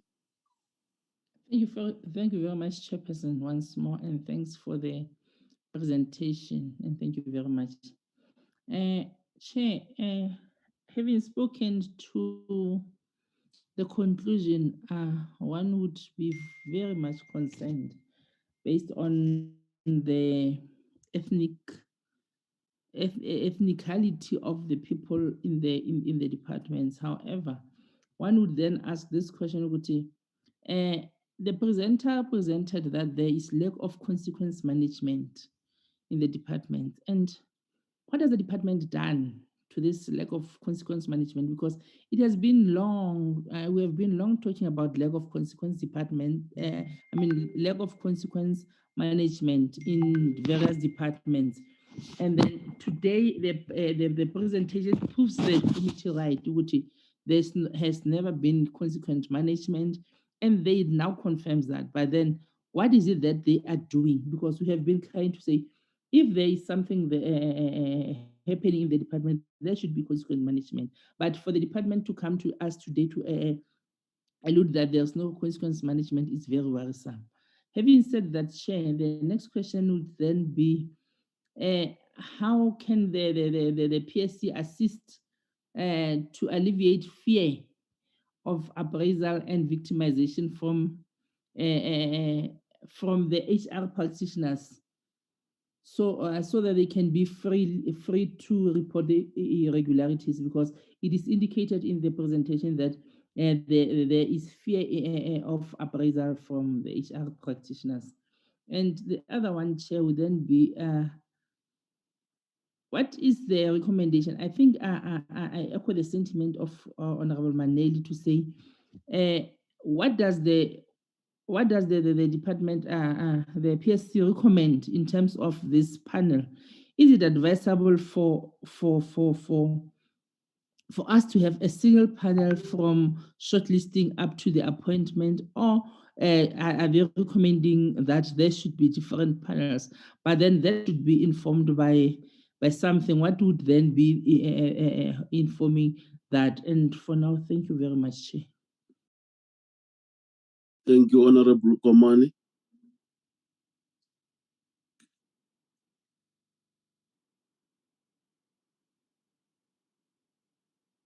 Can the department respond to questions raised thus far? Well, thank you very much, Chairperson and honorable members. We take some of the questions as advices that we should take forward, like the one of saying follow up and devise mechanism of making that those who did not respond do respond, so that the sample itself is relatively representative. But I'll ask my fellow commissioners if they have any response to this, as well as DDG Sidibe, to make an input on the specific questions raised. But again, what we appreciate here is that we are now getting into the essence of PSC and all other reports we write, to say, if they are written only to be put somewhere and acknowledged, they are merely academic and theoretical.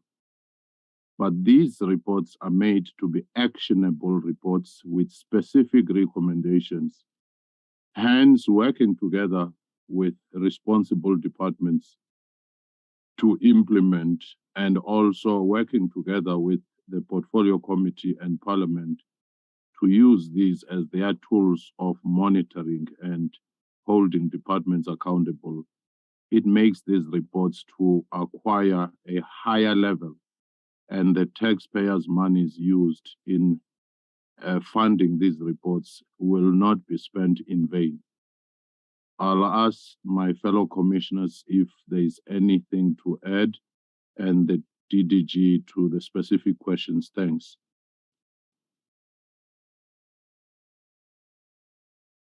Commissioner Sizani is having her hand up, Chairperson, Honorable Chairperson. Okay. Okay. Thanks, Honorable Chairperson, and good morning to everyone. Let me first start by apologizing that I was jumping in and out of the meeting. It was due to the fact that I was on the road traveling, but at least I'm in a better position now. Chair, I'm in agreement with what the chairperson is raising, that some of the questions are more of advices to our good selves, and we take them as such. However, what we also want to emphasize is the fact that when we conduct a research or any kind of an investigation and we make recommendations, those recommendations are sent to the accounting officers as well as the EAs for them to consider the implementation thereof. In most instances, they don't get implemented, and it becomes a challenge to us, which is a request that we will also make at the level of the portfolio committee as well as Parliament, that our recommendations, you should find a way of also assisting us in terms of following them up in relation to that. But maybe to come to the question of the non-responsiveness of the SMS, we must emphasize that the questionnaire did go to those directors general, to those chief directors, and so on and so forth. They did get the questionnaire, but then for some reason that are known to them, we did not get the feedback from them as we were conducting the research. Even after follow-ups were made, commitments would be made to say, we will revert back to you. However, it's an ongoing research, of course, that seeks to advise us in the process. So the recommendations that we have made are recommendations that need to be implemented, but it does not mean that it all ends here in relation to that. On the issue of consequence management, like I've indicated, we make recommendations on our investigations or research. And then the onus of the implementation of the recommendation lies with the EA and the AO. So between the EA and the AO, someone needs to make sure that someone implements those recommendations. So we can only go as far as doing that, but we can't on public servants. We can only advise those that have got the power to act, to be able to act. In terms of the issues that how do we assist HR practitioners to run away from reprisal?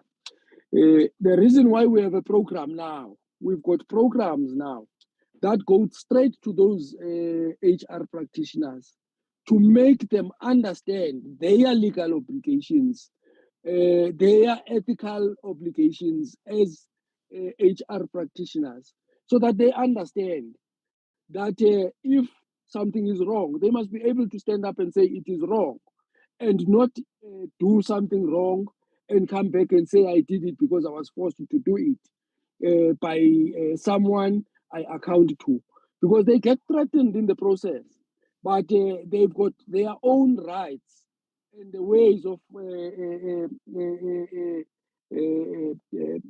rebutting those threats. But in most instances, they don't do that. So that's where we are now. We have those programs that go directly to those HR practitioners. Like 2 weeks back, we had an engagement with the HR practitioners in an attempt to try and help them to understand that they've got constitutional obligations and they've got rights to say no when something it is wrong, in the interest of promoting ethics. So I thought that maybe those are the things that I would add to what the chair has said. Thank you, Chairperson. Thank you. I see Lulu Sizani's hand is up. Thank you very much, Chair. And I want to greet everyone in the meeting, the Minister and honorable members. I just want to say, Honorable Chair, the space of recruitment and selection is one of the heavily regulated spaces in the public service. And one would ask a question, why are we having all these many challenges that we are faced with in the public service? We all know of these irregular appointments from time to time that are coming out of reports that the commission would issue out from many, many departments. It's not an issue of the fact that the space is not regulated. It goes to the core of what this report is talking about, the ethical conduct of those that are in the value chain of recruitment and selection in the public service. But I will go specifically to the question raised by Honorable Maneli with respect to the panel members, where some of the participants felt that even the panel members should not be responsible for the recruitment process from start to finish. However, Honorable Chair and honorable members, while this procedure of having one panel members from start to finish is regulated, it is in the public service regulations. It has been there. It's in the one of 2016, but it has been there from 1994 up until now. There's been this procedure that there will be a selection panel. But the selection panel is not the decision maker in an appointment. There are also other mechanisms to make sure that what is being recommended by those panel members, somebody who is the approving authority has a way of checking. That is why the full accountability lies with the appointing authority, because it's the one who will sign the letter and say, this is a suitable candidate. Others are just recommending. However, the process can be influenced at that level and at any level for that matter, even if you can change the selection panel and have a different panel for interviewing. If we are dealing with this problem that we are dealing with now, the challenge of unethical conduct in the system, it can happen at any stage. There are people who get appointed by the approving authorities, even if they were not recommended at all, because the provisions of the public service regulations allow those people to do so, as long as they will explain themselves as to why they appoint someone who was not the first suitable candidate chosen by the panel members. So it's a very complex issue that has to be dealt with at the level of addressing the ethical conduct of those that are in the process, because anyone can be tainted, even from HR, from the start when applications are coming in. There are people who would even complain that I applied, but the application was nowhere to be found, meaning that at any stage in the value chain, unethical conduct can actually emerge. So I just wanted to make that input. Thank you, Chair.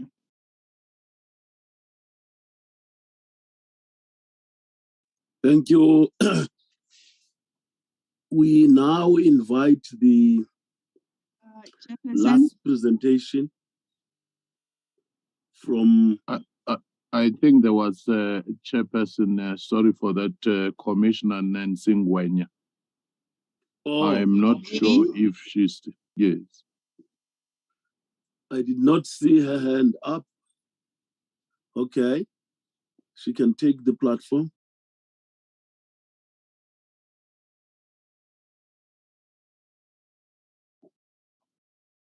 Chairperson, can I come in? It's the presenter, Kulufelo.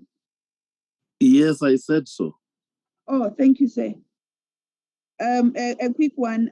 Thanks very much to our commissioners. They have dealt with the issues extensively.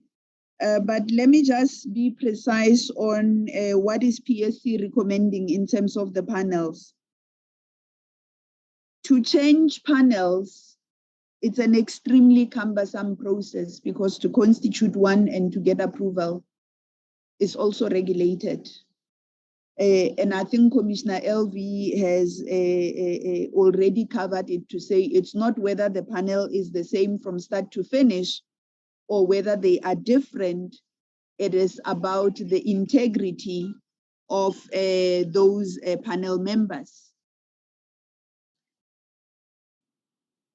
So that explains why we did not uplift that suggestions to the recommendations made by the PSC to say, let's use different panels. But I must indicate that the presentation that will be done by the NSG or the framework for the NSG, I think in terms of appointments at the level of DD and DDGs, has also made recommendations that seek to make sure that recruitment and selection processes are not closed within the public service, potentially to open up for external panel members, obviously to address issues of technical competency, but all, the issue of ethics can also be dealt with in that manner. Let me just run to the last question that I needed to add on. The issue of what the recourse is when the prescripts are not complied with. I think this links up with the issue of consequence management.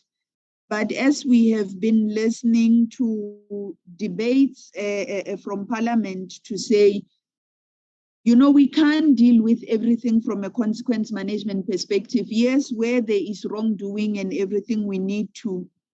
But beyond that, we really need to educate the hearts and the minds of the people to do the right thing, even when no one is looking. And the program that we are currently rolling out, it is trying to capacitate HR managers to do that.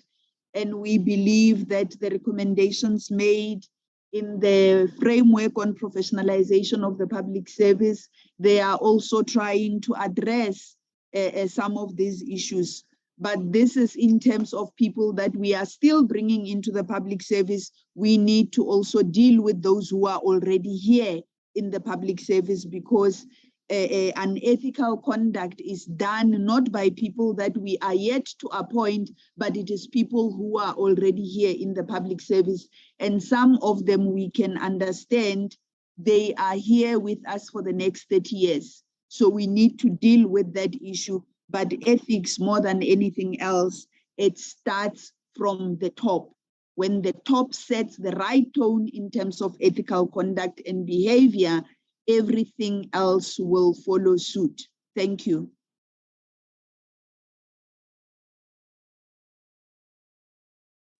Thank you. Can I now invite the NSG? Professor Ngaweni, can you make your opening remark? Thank you very much to you, Honorable Chairperson and Honorable members, our Minister, Deputy Minister, the Chair of the Commission and others. And I must say that Minister Ngesi also invited as a backup a member of the Planning Commission, Professor Masubi Maseremule, who was part of the ministerial panel that did peer review on the professionalization framework.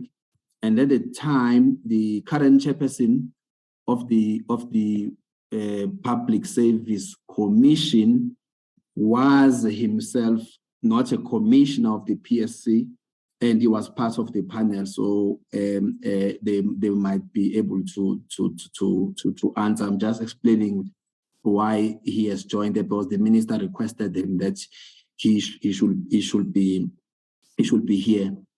Also through you, Chairperson, there was a question raised by two honorable members earlier on in the presentation of DDG Vukela.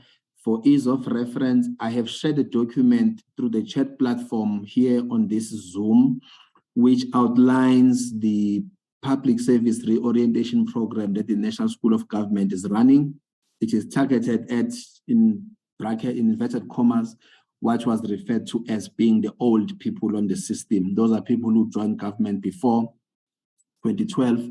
The program is running. In fact, I know right now I have a team of colleagues who are conducting this training with the public servants in Free State, and we run it every week virtually or in person.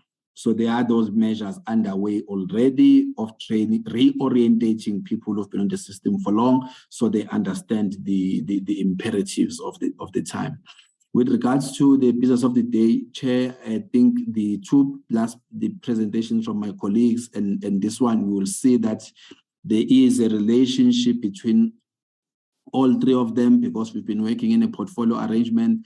What will not be presented here to complete the picture, and it has been canvassed here before, and I'm sure it will be coming again once the bills have been processed by cabinet, are two bills that the DPSA is working on, which is the amendment to the Public Service Act as well as PAMA, and the DG has already made reference to the changes in some of the regulations with the review that is currently underway, which will give us a much bigger picture of the public sector reforms that we as the MPSA portfolio are working on. And of course, there are other several departments who are working on the same. My colleague DDG Maja will take us through the framework that has now been approved by cabinet and has been published. Mine is to say one thing in conclusion, Chair, before through you, I ask my colleague, Dr. Maja, to take us through this presentation. Number one, cabinet has approved the framework. What now follows is that DPSA, as a policy department, together with other authorities, will be writing directives and instruction notes which deals with issues of implementation. So, for example, the recommendation that a new HOD or new DG who will be hired in the coming months will be given a 5-year fixed term contract. DPSA will use the legal instruments as empowered by the Public Service Act to give that directive to all national as well as the provincial spheres. Then you are able to implement it because it will so have been has been regulated by DPSA.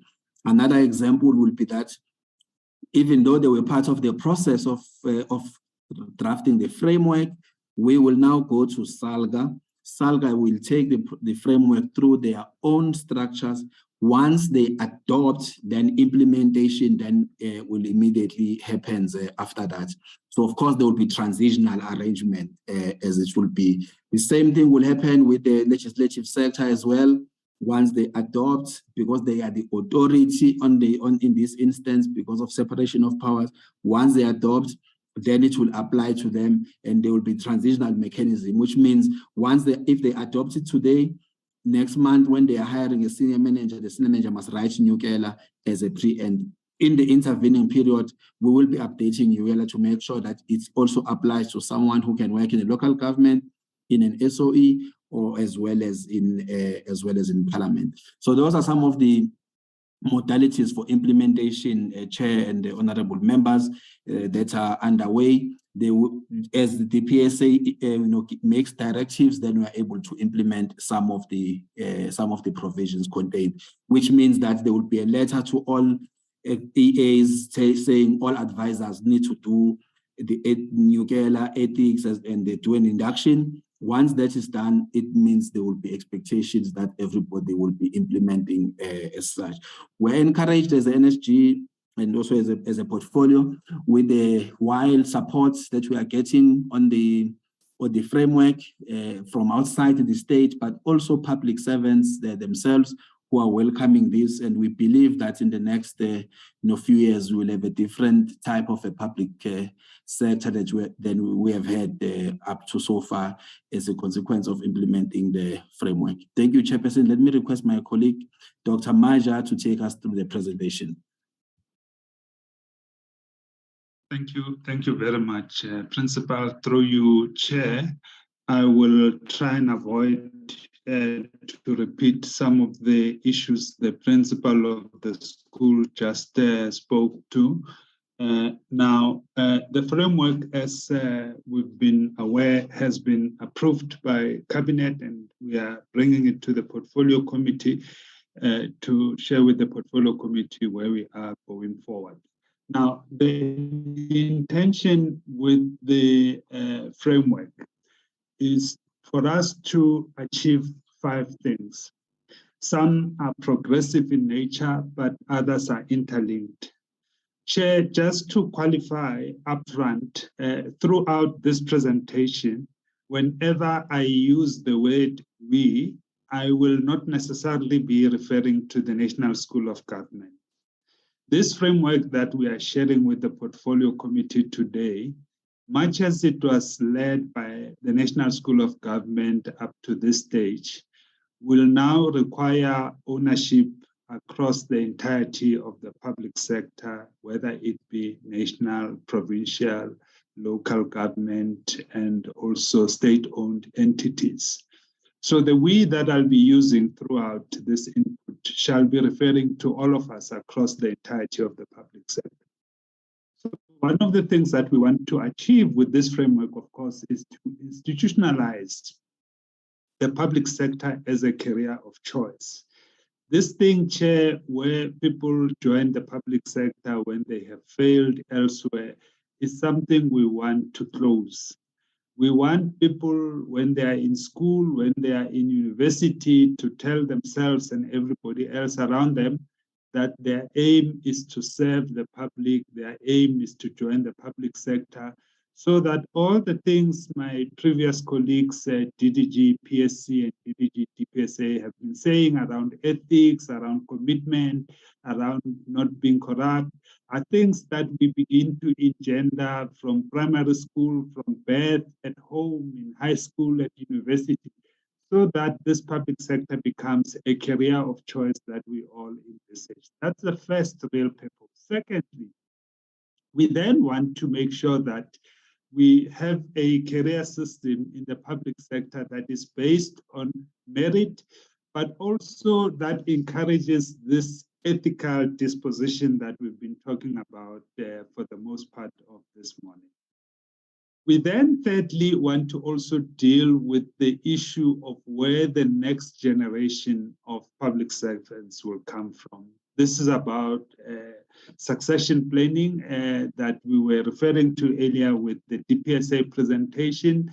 DG Makasi correctly indicates what the law allows, what it doesn't allow. Yes, people retire when they're 65, but we have to worry about what then happens when those people retire at 65. Have we put in place a necessary clear vision as to where the next generation of public servants will be coming from? So that is the third area that this framework deals with. And then, of course, the last two is for us to be able to determine where we will get and how we will reproduce specialist and professional skills, and what mechanisms will we put in place to deal with issues of skills deficits and inappropriate staffing. Of course, the President has been clear from the beginning that we do need to make sure that we have an efficient, capable, and ethical state. And in doing so, we need to ensure that we have professional, skilled, and selfless public and honest public servants that are able to serve the state. Priority number one of this current 6th administration is also clear. We need this capable state. We need it to also be ethical, but also it needs to deal with how to be interventionist, how to ensure it is participatory, how to ensure that it is also developmental.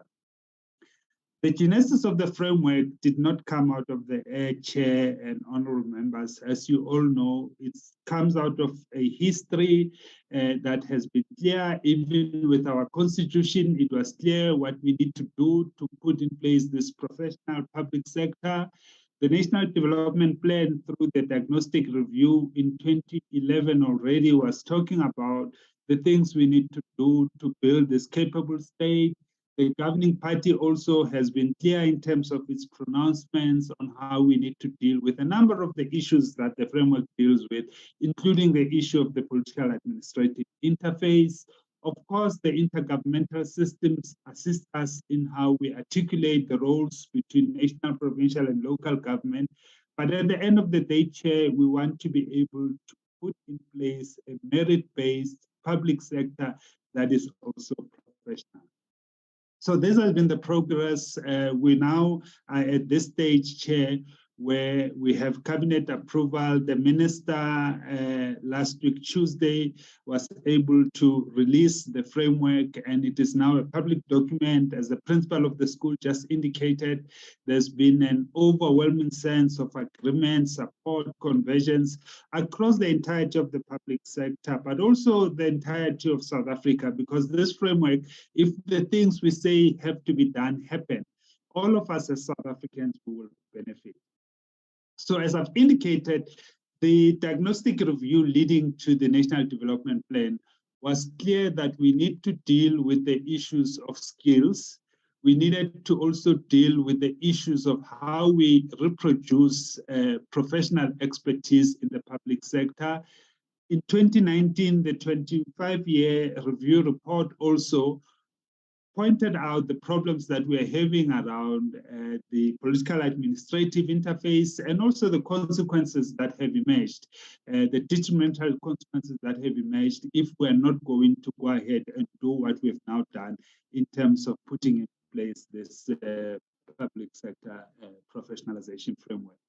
We hope, Chair, to achieve a few things, all things equal, and us being able to implement, because it will all be in the implementation. This is not an implementation framework. It's a framework that is intended to guide implementation interventions that will have to be sector-based across the entirety of the public sector. So through those implementation interventions, we would hope that we'll be able to entrench a system, a dynamic system of professionalization across the sector. We hope that we'll be able to enable legal and policy instruments that allow us to professionalize, including the kinds of prescripts that our sister department, DPSA, will be working on, as indicated just now by the principal of the school.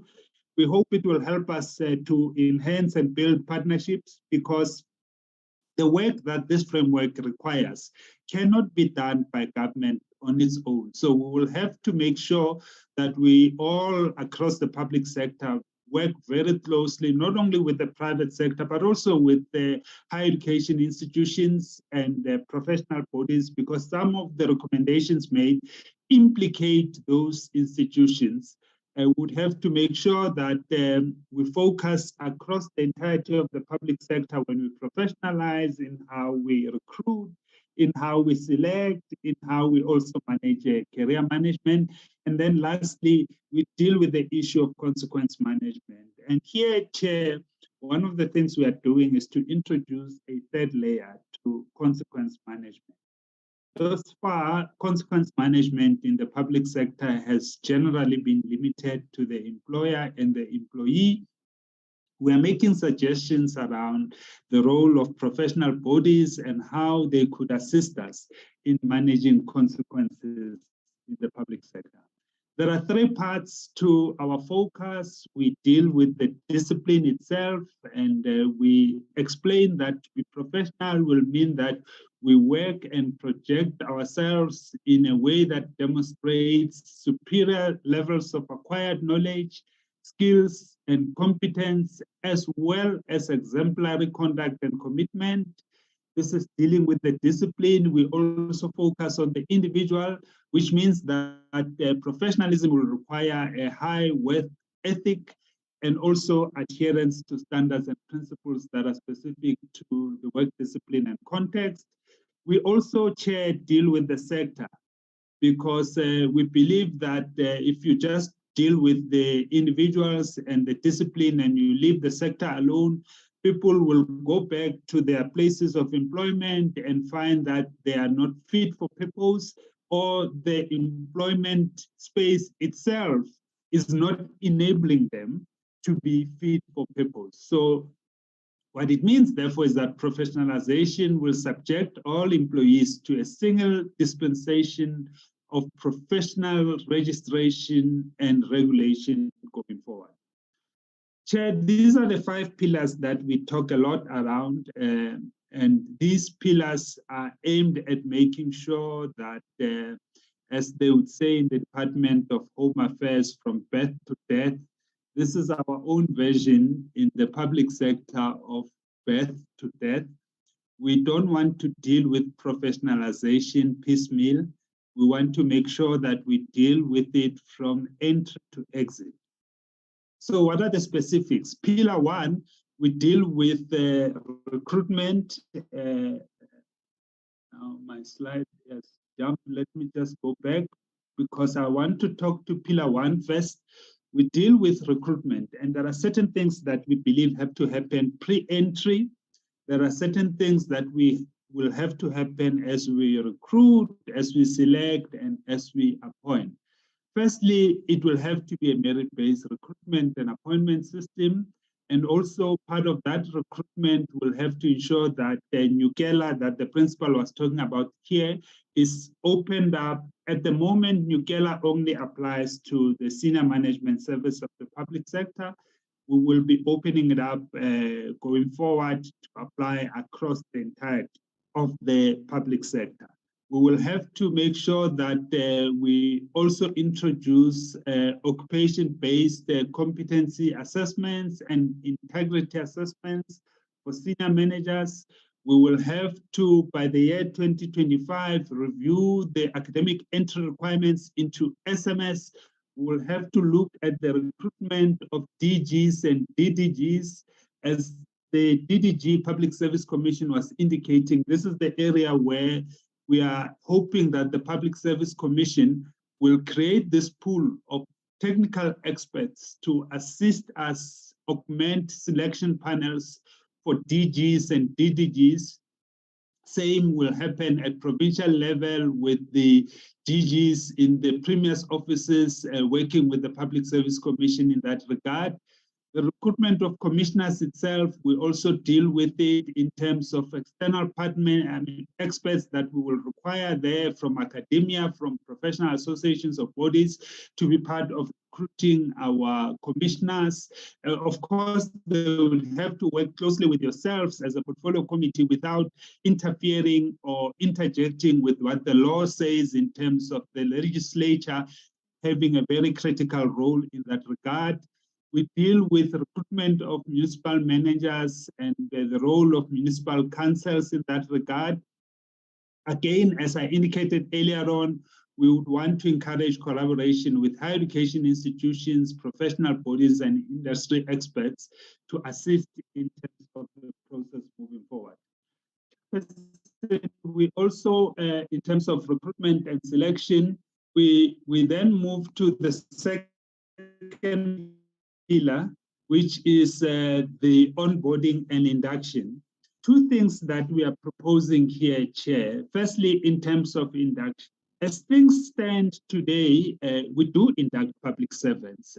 We do have induction programs across the public service from the top to the bottom, including the executive induction program.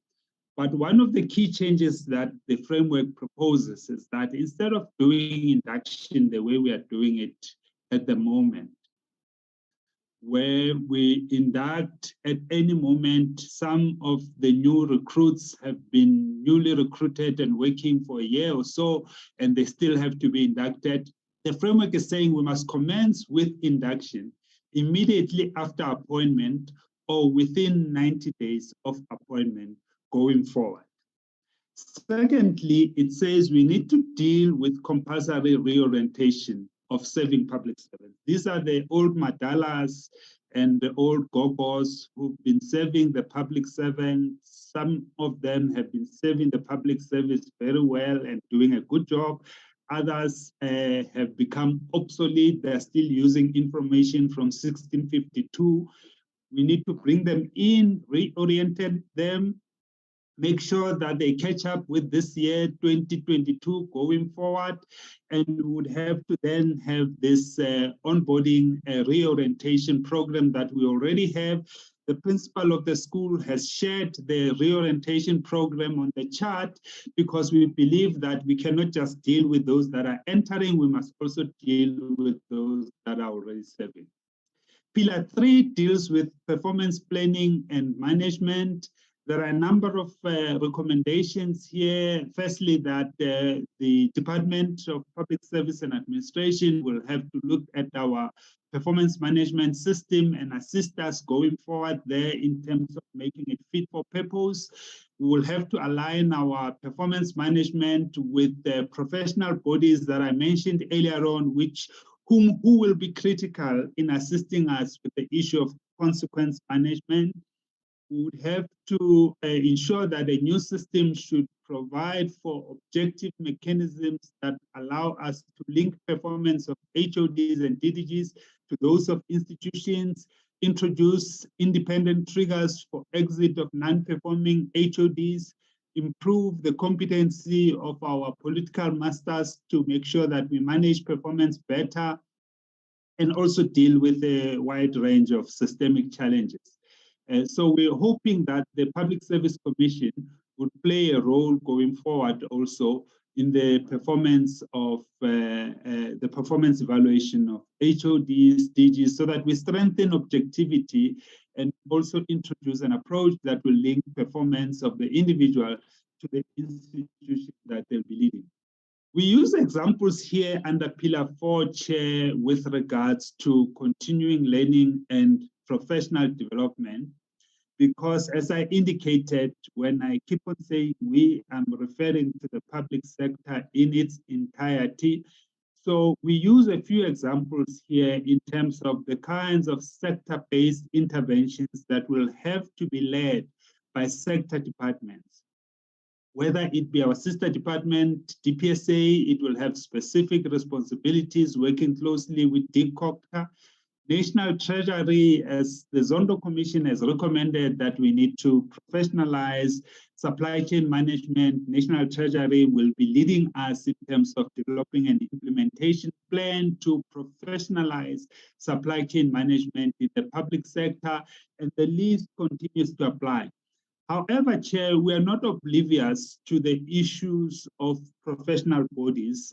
We do not want to present them as the panacea. We do not want to assume that they are all clean. We are fully aware of difficulties and problems that some of our professional bodies will present to us, whether it be issues of gatekeeping, whether it be issues of representativity. So there is a specific role there for our Minister of Higher Education and Science and Technology, working closely with the South African Qualifications Authority to make sure that professional bodies that we work with going forward in terms of our attempt to professionalize the public sector are professional bodies that we can be proud of. They are not the gatekeepers of the past. They are not the unrepresentative professional bodies of the past. Chair, the last pillar, which is Pillar 5, talks to career progression and career incidents. There we deal with the political administrative interface. Cabinet here resolved that the DG in the presidency will be designated as the head of public administration. In provinces, this function will be designated to directors general in the offices of the premiers, and also the head of public administration will assist the president and premiers to manage career incidents of DGs and DDGs. We deal with the tenure of DGs and HODs, as the minister was alluding to it. I will not be repeating that one. However, we'll be looking at a revised performance management framework for HODs going forward. We are also encouraging a revolving door policy, Chair, where public servants have to be encouraged to go and refresh in the private sector. Private sector will be encouraged to come and infuse some new energy in the public sector. And this will allow for a certain level of healthy cross-pollination, we hope, going forward, so that the public service remains relevant, the public sector remains relevant, it remains responsive, but also it allows us to move into this new age that the world is moving into. Of course, we'll have to look at recognition of prior learning going forward. Again, the Department of Higher Education will be critical there with SAQA, so that we explore the possibility of recruitment for optimum use in the public sector through recognition of experience. And the Minister for Public Service and Administration will be looking at establishing an assessment center there, the RPL assessment center that will be critical in this regard. With local government and state-owned entities, the tenure of municipal managers should be delinked from the political term for continuity in administration and improved service delivery. The framework is saying DCOCTA will have to work on measures to ensure that there is uniformity to the service conditions of HODs and municipal managers, including a chair introducing a rigorous process for recruitment, selection, training, development, and also consequence management where we have cases of non-performance. The boards of state-owned entities will be critical there. We will have to make sure that the appointments of those boards is merit-based. Executives in those state-owned entities will have to have autonomous powers to be able to make tough decisions. And also, most importantly, Chair, all newly appointed board members of state-owned entities will undergo induction program for boards through the National School of Government. Chair, I want to talk to this part because the principal spoke to it.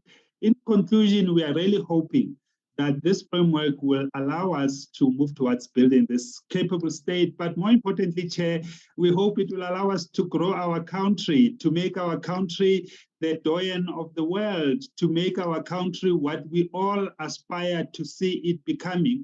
And we hope that all of us in the public sector, in the private sector, will be able to rally together to make sure that implementation of this framework takes us forward. Let me stop there, Chair. Thank you very much.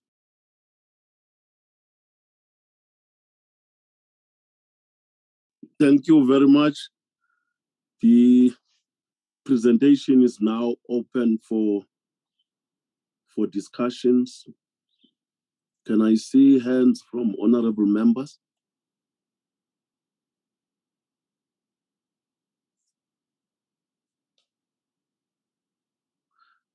Honorable Maneli, take the floor.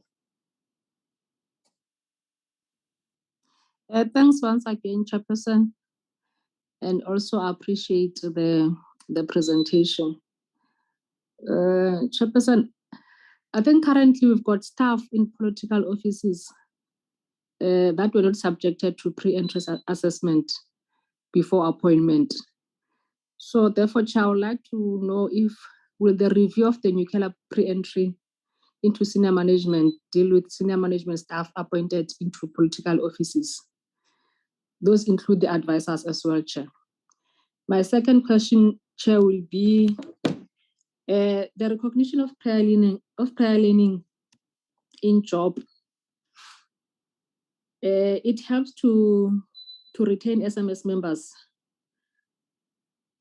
Will it help to retain SMS members who would have not have acquired NQF 8 or 9 by 2025? Or will they be demoted? Then my last question, Chairperson, will be, what will happen to those employees who got promoted into position because of experience, but are not adequately qualified, let alone affiliation to professional bodies? Those will be my questions, Chairperson. Thank you. Thank you, Honorable Maneli. Can I see any other member who has a question? Okay. there is no other hand. Can I get a response to that question by Honorable Maneli? Thank you, Chair. Thank you, honorable members. So, as I indicated, the implementation of the framework, and maybe let me request my colleague, Dr. Maja, to put up the second last slide, because it might be easier to explain using that slide. So the implementation, Chair and honorable members, of the framework has transitional arrangements to it. In a sense that, for example, SALGA should adopt, and as they did with PAMA, they adopt, then they give the minister, the MPSA, the right to then, in a way, it means this being a national, policy framework then applies to everyone else as well, because they are the authority. Same will go to the legislative sector, and then for 721 public entities, it's the shareholder reps, which is the ministers and MECs, and in local government, it will be an MMC or the mayor, and then it must be included in their compact, and so it shall apply. That's in as far as the authority for execution. Now, there are people in the system who were appointed prior to a particular dispensation. So the pre-entry exam or a pre-entry course for people in senior management, the dispensation came into being on the 1st of April 2020.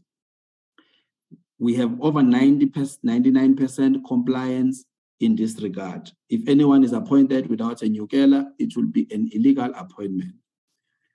Those who were appointed prior, whether through a normal open recruitment process or if they are in the political office, it does not apply retrospectively. So it was not made compulsory for someone who's already appointed, but was made compulsory for someone who is seeking to move up in the system, including those who are outside, who are joining government. There are other causes like the reorientation program, the compulsory induction program, which will make up or cover people who are not covered by the new dispensation, which began on the 1st of April 2020. Now, going forward, staff in political offices, including advisors, with the circular that DPSA is preparing, there will be transitional arrangements, which are meant not to punish those who've been on the system already, but to give them time to complete Nyugela and other pre-entry requirements. And there will be a date at which those will be appointed in future. So if a minister or an MEC or a premier hires an advisor or a chief of staff or MLO, say next year, once it kicks in, they will be given these 2 months to be able to complete their course. The reason we did that, Honorable Chair and members, was the framework does not seek to remove the powers, say, from if the premier in any province wants to hire a new head of office. We can't say don't hire until a person has gotten this, because it's a political prerogative that political EAs have. We are now saying once that has been done, they must also be equalized like everybody else. It's a developmental intervention instead of punishing people. That is why even in the JCPS, the framework says those who have been appointed. So let me make an example. The president appointed or confirmed the Inspector General of Intelligence. Is hired through Parliament and so on, which means that once the date is set for that implementation, it didn't have to do a Nyukela. It means it will then have the date as defined in the framework for him or her to complete the Nyukela or the pre-entry course. It's not going to apply retrospectively. We are using it as a developmental tool We are fully aware that many people are applying for it. We're going to do a review because we'll have been 3 years of piloting it next year. We will also be able to measure the number of people within the system who are doing it and those people who are outside of the system without being punitive. But certainly, there is no one who's being appointed without completing the course. And I'm showing this picture because there are these authorities and lead institutions who will be executing. As you can see, the lead departments, there's a defined date, February in the Lekgotla. They need to go and show that they are working on it, as well as SALGA. We can't set a date for SALGA. We can't set a date for another, for legislature, but we will be working through them. So this is how the picture from an implementation point of view will look like. And then on the issue of RPL, again, Honorable Chair, I need to stress the following. There are people in the system who, as we have seen the names and the list of departments circulating, there are senior managers in national and the provincial. Yeah, you can remove it. Yeah, okay. There are senior managers. Oh yeah, this one. There are senior managers who were appointed without degrees at the time of their appointment. The two things happened. Either the dispensation that applied at the time allowed for them to be appointed into senior management without a degree, or there was a deviation, which means that DPSA will have given a deviation. Here is an example. Historically, there were people who did a 2-year diploma in agriculture. It was a 2-year diploma, just as there was a 2-year diploma in education. In education, in the late 90s, there was an intervention that sought to upgrade all teachers to have what is called an M+3, matric +3. Many teachers went through the system. It included teachers who were called PPT, who had no qualification, but they were teaching only at the matric. There was a dispensation that was made in education which ensured that people who are in the classroom do indeed have a 3-year or more qualification. But in agriculture, there will be people who, through the system of rank and file with a 2-year diploma, today they will appear in the list as people as if they don't qualify. At the time of their appointment, the dispensation allowed their appointment unless DPSA signed a deviation for their appointment. And the DG is here, can explain this thing of the deviation. So whilst it is true that you will have over 2,000 people who may not meet the requirements in terms of today's dispensation, it is also useful to look at the number of those who applied for a deviation, which means we are deviating from the norm. What we will do, we are encouraging all of them to take a series of courses which give them credits towards a particular qualification, because RPL does not confer a degree or a diploma. RPL assists people to enter a particular training program against which they can secure a qualification. So once you're RPL, even with 100 years of experience, you will not get a degree or a diploma. You may get into 3rd year, or you may get into a postgraduate degree. Universities are fully aware of this. There are limits to the numbers that have been set around RPL. Minister Nzimande and Minister Nxesi have discussed this matter of RPL. We want to use it as an instrument to assist people who are in the system who do not have the degrees, or those who want to upgrade even those qualifications that they currently have. Because earlier in the discussion, there was a reference to people who are old in the system. So when you are 61, you might have been in senior management because you've worked for such a long time in the public service. You end up in senior management. And according to the standard today, you don't qualify because you don't have a qualification, but we cannot penalize you because you joined the public service in 1985 until and unless you choose to retire. I must say in closing, Chair, and DG may have the numbers here, there is a vast array of bursary programs in the public sector, which many employees are taking advantage of because the public, we are an employer like every other employer. The Skills Development Act applies to us like everywhere else. and people are being encouraged to go through those programs. But we will use RPL as a mechanism of assisting those who can be recognized, including with the recognition by professional bodies. There's my colleague here, Faith, who has worked at SACWA, was a registrar of professional councils.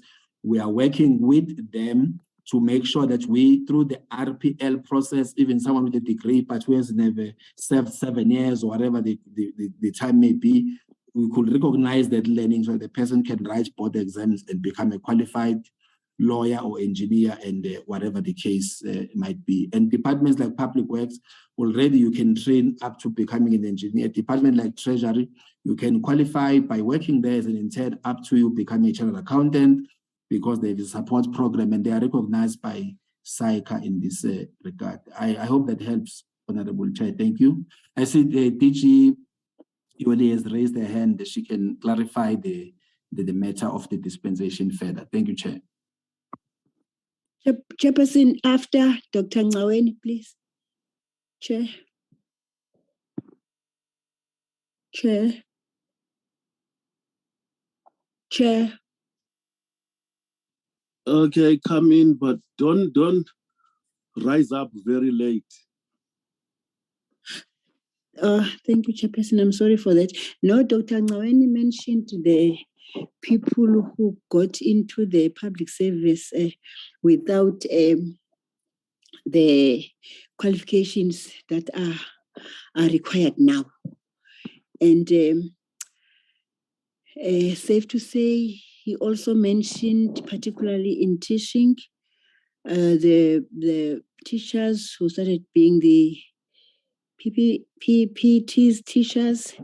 Now we know of the teachers that were PPTs, then had the special course, and they didn't have degrees, but as it is, I believe, suppose they are towards exit. So what will happen to those public servants? I'm sorry, Chair. Any response to that question? Chair, the DG DPSA has raised her hand. Chair, she can explain the issue of the dispensations and how they operate, how they've evolved over time. And that the system is not punitive in a manner in which it is structured. DG, through you, Chair, she has raised her hand.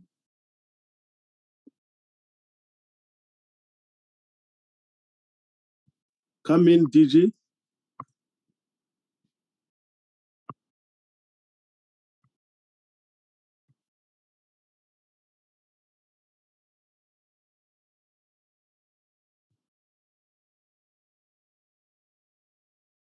The DG is struggling to come in. Can I allow Honorable Schreiber then to come in? Chair, apologies, I was speaking and I was muted. Apologies. I think I'll speak after Honorable Schreiber. It's fine, Chair. Okay. Thank you, Chair. Can I come in now? Yes, you can come in. Okay. Thank you very much, Chair, and for the presentations on what is a very important subject today. I've got a couple of follow-ups. Please, I'm not sure if the Minister is still on, but he may want to divide between some of the different speakers. So the first question I have is more of a sort of a detailed one, which is on this idea of the competency assessments, and I especially also taking into account that this will apply to advisors. I'm a little bit concerned that these competency assessments actually take place after their appointment. So my question in that regard is what actually happens if, for example, an advisor, but also someone else who's been appointed, fails that assessment? Do they then lose their job? How does one actually enforce it if it only happens after the appointment? So that's the first one.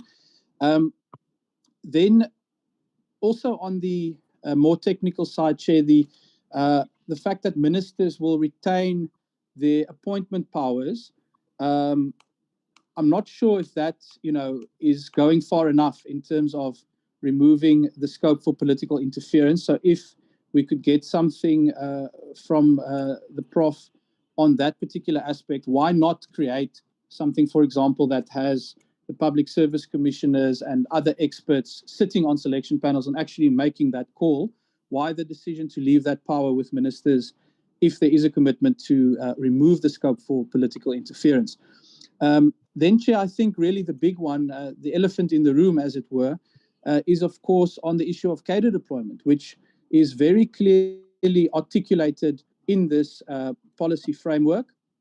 And I quote that the recommendation there on page 64 are that deployment practices are to be ditched in favor of merit-based recruitment and selection.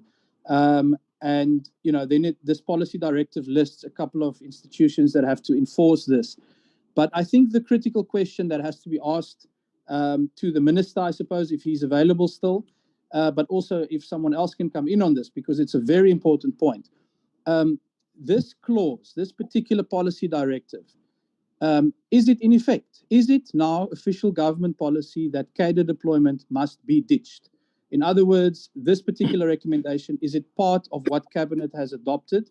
And is it therefore now in force just to the same extent as the rest of the document? Just some clarity on that.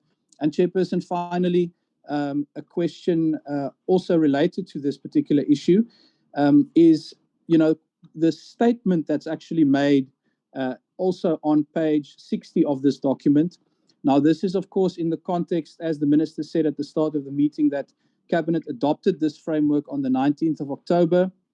The framework says, quote, that some even question the constitutionality of cadre deployment in the related to the principle of equality, and they may have a point if deployment practices are to be looked at from the perspective of Section 1973 of the Constitution, which states that no employee of the public service may be favored or prejudiced only because that person supports a particular political party or cause. So it's very clear that in the framework that has been adopted by Parliament, and that's why it's so important that we get clarity that this provision related to ditching cadre deployment is in fact in force as we speak.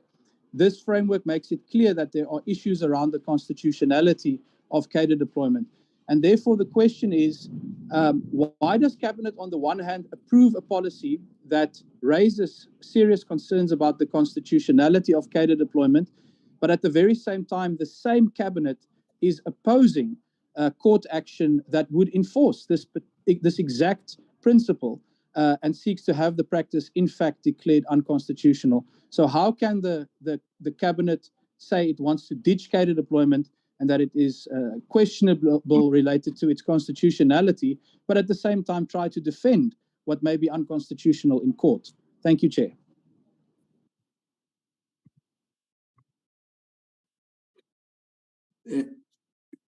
Chair, may I request the Professor Zefikeni, through you, Chair, if you allow, that we get maybe Professor Fikeni and Professor Maseremule to take some of the questions. We can come later with the more technical ones, Chair, if they are still here. I was next on the line, Busani. Oh, sorry. Yes, sorry. Okay, come in, Yoli, and then the others will follow after you. Thank you, Chair. I think the issue I wanted to speak on was in relation to the qualifications, but there's also other issues that have come through. On the issue of the qualifications, we are busy with a report that we're taking to FOSAD on Monday. And also the Public Service Commission has indicated that they are going to be doing an investigation in terms of the people who are not qualifying. And I don't want to go into the detailed reasons, but I just want to say that in terms of the figure that we have currently, we still have numbers of colleagues who are given as not qualifying. And I just want to check here the total numbers, but maybe I should not share them now, but they are similar to the ones we've shared, but we've just done some breakdowns. So we are looking at colleagues who were not qualifying pre-2016 regulations and those who were not qualifying, who were appointed not qualifying after 2016 regulations. So those who were not qualifying pre-2016 regulations, most of them are older and are approaching their exit in terms of the age requirements in the public service. So we may not need to invest much on them in terms of dealing with the issue of qualifications, but those who are not qualifying, who were appointed after 2016, that's where greater attention must be given. I heard DG Busani talking about deviations and those who were appointed before, but there's also data that's coming through. It's also showing areas of non-compliance where there may have not been any deviations, but departments had gone ahead to appoint people who are not qualifying and appointed them on PESAL and they've been paying them salaries. But PSC has indicated that they are doing investigations on that. And they've also written to us requesting for some data, and we're cleaning that data and we're going to be submitting it to the PSC. We are taking a report to FOSAT. We can take a report as well we can bring a report to the committee as we get more clarity in terms of the data that we are cleaning and getting out of this particular area. So I just want to leave it at that high level for now, but to say that we certainly have areas of non-compliance in terms of appointment of people in SMS who are not qualifying after the public service regulations that were clear on requirements after 2016. Definitely that's the issue. I think the cadre deployment question, there is a political aspect of it I will not get into, but there's the technical aspect that I will deal with. The technical aspect around this issue is that when Cabinet was having an engagement in terms of the framework, Cabinet approved subject to us going back and clean up some of the areas and how matters are presented in the framework and some of the issues where they've had specific discussions around. And I would think that how the issue of deployment gets represented in the framework itself is one of those areas that Cabinet had identified we must go back and do some cleanup in terms of the language and how the matters are provided. The second issue I want to state is that without going to detail about our papers are quite clear. The papers that we've put in court on this matter are quite clear that the process of recruitment in government is very clear. It's very clearly stipulated, the panels and how the panels are put in place and what happens from level 1 to level 16.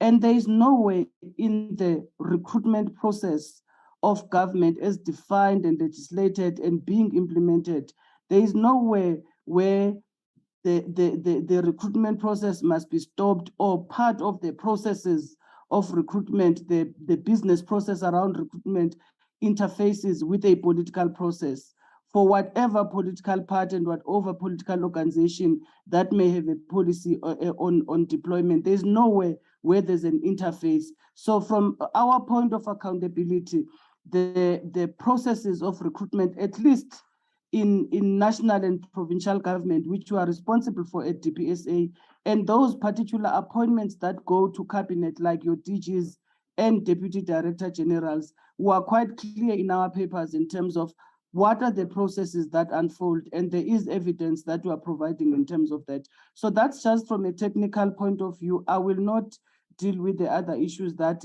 relate to the political issues that have been raised.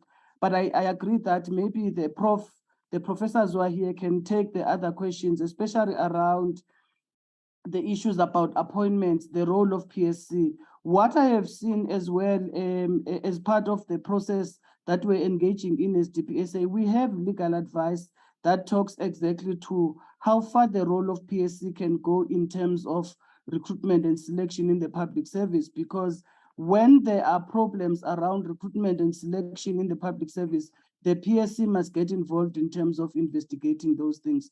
So we must be careful of a referee and a player situation where the PSC is involved in recruitment and yet it gets involved in investigating issues that come out of a recruitment process where candidates may not be happy and etc. So from our side, we have a legal advice from the state law advisors that have that are guiding on what are some of the lacunas that we have to look at in respect to that, and how the policies, how the framework is structured currently takes care of those lacunas very well, in the sense that PSC has a role, but the role is around putting together panels.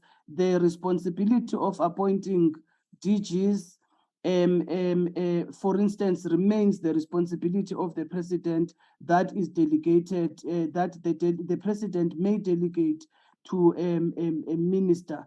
And there is a panel that gets put together, and part of that panel would include an expert or two experts, whatever the number, who would have been brought through the process of the panel of experts from the PSC. Thank you, Chair. Those are the clarities I just wanted to give. Thank you, Chair. Through you, I will only answer one question, and then the professors are here can assist. Just to say that the framework has been approved by Cabinet, subject to the legal and regulatory instruments being finalized by DPSA and other authorities to give effect to this. So they are transitional arrangements. So for example, DG Yoli and the Minister Nlesi will work on a directive, if I may call it a directive, which will go to all ministers and MECs and premiers, saying if you are appointing someone in January next year, the contract should not be 1 year, but the contract is supposed to be 5 years. That becomes a regulatory instrument that gives effect to a specific proposal in the document. There is a time at which, once through the PSA that leads the employer in the bargaining system, there is a time at which, once it is agreed, the PSA will then write a directive that says, in the next 12 months, there is going to be a pre-entry examination or pre-entry course for MMS, for milk managers. So in each of the provisions contained therein, just as DPSA did, I think 2 years ago or so, there was a decision that there must be a pre-entry assessment, which is called Nyukela. There were transitional arrangements where the NSG had to design a course and make it online. And then DPSA issued circulars saying from the 1st of April 2020, Nyukela shall now become compulsory. These are important legal instruments, Honorable Schreiber, because we do not want to either step or end up violating other rules and regulations that are there in the system. That is why we can't apply some of these proposals retrospectively, because we will be prejudicing people who are already on the system. Rather, we should be more developmental in orientation for those who are already inside the system. At pre-entry, just to clarify something around pre-entry that Honorable Schreiber asked. So the proposal for senior managers, as it is now, is, and of course, there will have to be some work. When you are appointed to be a senior manager from a director upwards in national or provincial administration, few things happen. A department must advertise a position and write all the requirements therein. They will then get the CVs, do the sifting and select, and then shortlist. 2 or 3 candidates who are recommended must go and write what is called a competency assessment. That is already in law. DPSA regulates that. The proposal in the framework is that the competency assessment is too generic, does not tell you whether this person will be a competent CFO or DG or project manager or a legal advisor, in a legal practitioner in government. We will now add a module which is occupation specific to it. This means you will not appoint a person if a person has been found to be lacking technically by this competency assessment. And then the panel will have to make a recommendation, assess all the documents presented to them, and make that particular appointment. The issue in the state is you can have many people who may have a particular qualification, but have never practiced that qualification. And as a consequence, they could end up being head of legal services, when in fact, all they were doing in their, maybe they will end up being legal drafters, whereas all they might have been doing was criminal law. And it becomes difficult to transit a criminal lawyer into becoming a legal drafter in the public sector. There's a type of assessment that will be done, but this will be more developmental than punitive. We're adding a layer that was previously not there before. And for what will happen to advisors, we cannot do an occupation-specific competency assessment to an advisor. If we do that, we will be affecting or fettering with the role, with the ability of a minister or a premier or an MEC or a mayor to appoint an advisor. We are proposing what is more developmental than what will shut them out, because once we say these are minimum requirements, we will now be saying that a premier cannot appoint the person they want to appoint. We're looking at more developmental, and hopefully they will employ people who already meet minimum requirements. In Pakistan, the rules there of cabinet are a minister can appoint 2 advisors. One of them, as a minimum requirement, must be a subject matter specialist. It is what they do in Pakistan. It's a choice of that jurisdiction. And many countries around the world use different dispensations for doing so. In some countries, they hire former permanent secretaries and advisors. In some countries, they, as we saw in America recently, you can hire your son-in-law as well to be part of your advisory team. So different countries make different choices. And as DG already indicated, in India, DGs in Pakistan are appointed by the Public Service Commission. The law is designed as such. In South Africa, the law is designed differently. What we are proposing is that the Public Service Commission must set up a panel of experts. So it's not Professor Figeni who will sit in the interview. It will be the independent panel of experts who will be deployed, who will be sent, I should not use the word deployed, who will be allocated as the request to go into a particular interview and to support those ministers.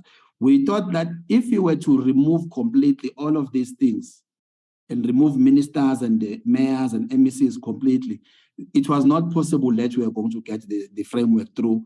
Also, given how the Constitution and the Public Service Act and the PFMA are written, there is still an obligation, legal obligation on the part of the executive authorities. That is why they will still be involved, but we are adding more layers into it. Thanks, Chair. The other professors are here. They can assist us because they engaged vigorously for a year on these things, looking at evidence from across the world. Thank you. Thank you Any very much. additions? Okay. Thank you very much, Chairperson. Through you, Chairperson and honorable members. I just want to say this in response to Honorable Schreiber and the members. The framework is the framework. The real work comes with the design of implementation plan. As Professor Ncaweni was saying, it also comes with various departments, with various portfolio committees of Parliament, when it comes to now designing specific regulations or policies that enable the framework to work. But what is most important, the framework is moving the needle in the direction of making sure that you have a competent, meritocratic, professional system. And that in itself will come through and even work better when you have a single administration that begin to standardize certain practices, because the problem has been the fragmentation itself. So I would say, let's work together in recognizing this milestone and know that the bulk of the work is now translating the broad framework and the principles contained thereof in the specifics. If it is well implemented, as we deliberated for over a year, as the expert review committee, which had all different sectors represented, your SAICA, your professional bodies, your SALGA, and so forth. So what is important here is to acknowledge that, but more important, how do we work together to make this implementation a reality, knowing that our country at times often suffer at the point of having good policy intentions and poor implementation, either because of design of resistance or default. And on the issue of the advisors to ministers, Professor Masremora will remember that we raised this issue vigorously, saying that even if the minister has a pool from which they choose the person to advise them, it would be very important that we have minimum standards. It cannot be that 28 years into our democracy, when all kinds of free education scholarships and everything were there, we say somebody evaded any kind of education, because these advisors at times do carry quite a meaningful and sometimes overbearing influence to the ministers and to the professionals in the departments concerned. So it's an issue that was raised, but as Prof. Ngawen was saying, we still need to have a developmental approach to say, now that we have come in, what can be offered as a training and a deep immersion program beyond just an induction?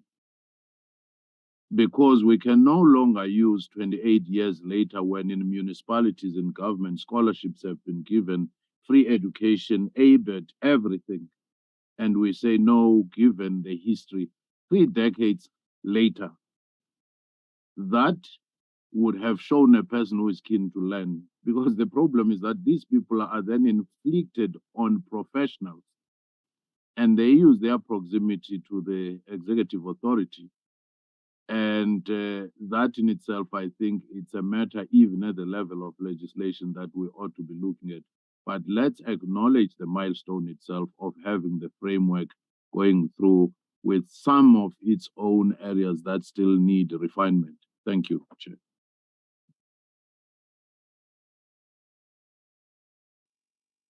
Can I check with Minister Ngesi, is there any addition you want to make?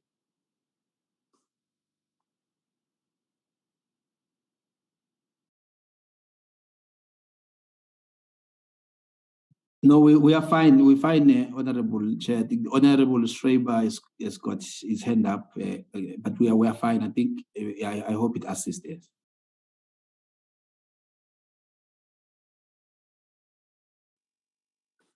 Honorable Schreiber, you still want to? I think you have raised your issues, or is that hand a legacy hand? And not the legacy hand, Chair. A quick follow-up. Okay. Thanks, Chair. I want to thank the profs here for, I think, making very important points here about the value and the real rubber meeting the road is going to be on implementation. And to the last point made by Professor Fikeni, I think there is certainly a sense that this framework as it is written must be welcomed, and it is a step forward. But that is why I need to ask this particular follow-up, because for me, this is the critical point contained in the document. And so the follow-up is very straightforward. The directive on page 64 to ditch cadre deployment Is that now official government policy as we speak? Yes or no? That's really the question. Through you, Chair, the answer is no. The answer is no until the instruments to implement all the proposals are in place. So, I mean, no one has an authority to impose anything that is on the framework currently until those legal instruments are published or made available. I think the DG Yoli can help with the specific names of those, but there are legal instruments that must come into force in each of every proposal that is contained there.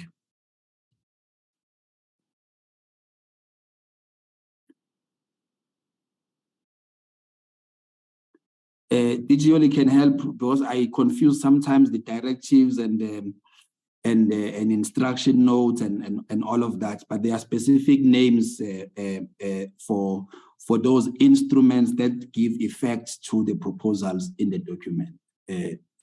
Thank you, Chair. DG, yes, Chair. Take the floor, DG. Yes, Chair. I think on the issue of the framework, I have spoken on that issue. I'm not going to repeat myself. Yes, there are directives that must come out of the framework. And I think what is important to underscore is what DG Busani has indicated, that Cabinet has approved the framework subject to corrections, subject to the legal instrument being put in place. And that's a process that's unfolding currently. And so there is a circular that will issue on the framework. I have asked my team they've already drafted, but they are consulting with NSG so that what we communicate in the circular is aligned with also the corrections that are being made on the framework. So that work is happening because we must introduce the framework properly to colleagues. There are directives, there are specific policy decisions that come out of the framework that require directives. For instance, the issues that are related to the issue that is related to extension of contracts of DGs must be processed via through a directive from the Minister for Public Service and Administration. The issues related to the 10-year tenure of DGs must be processed through the review of legislation, which is currently taking place. So there's a lot of processes that are taking place to the issue of the head of public administration is also part of the proposals that are in the legislation.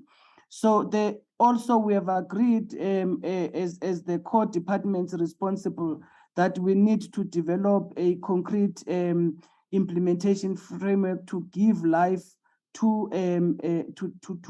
address the implementation issues that are being raised.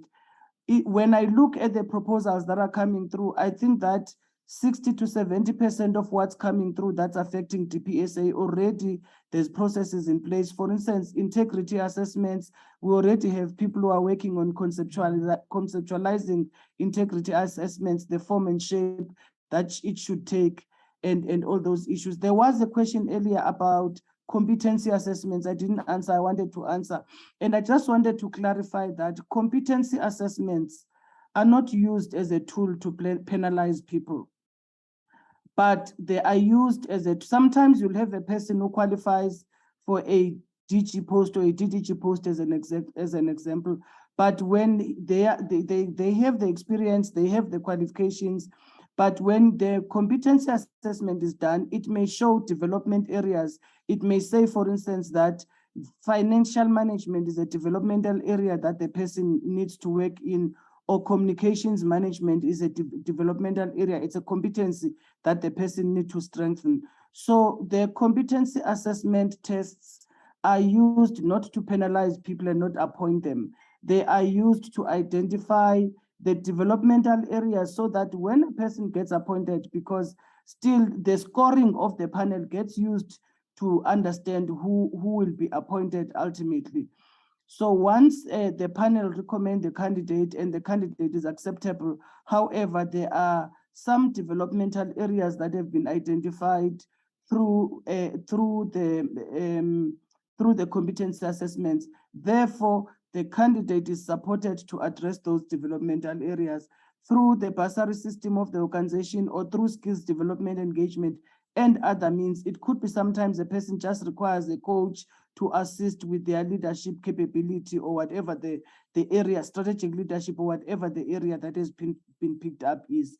So, and I just want to clarify this to honorable members that competency assessments are not used to penalize people not to be appointed because they have weaknesses in certain competencies.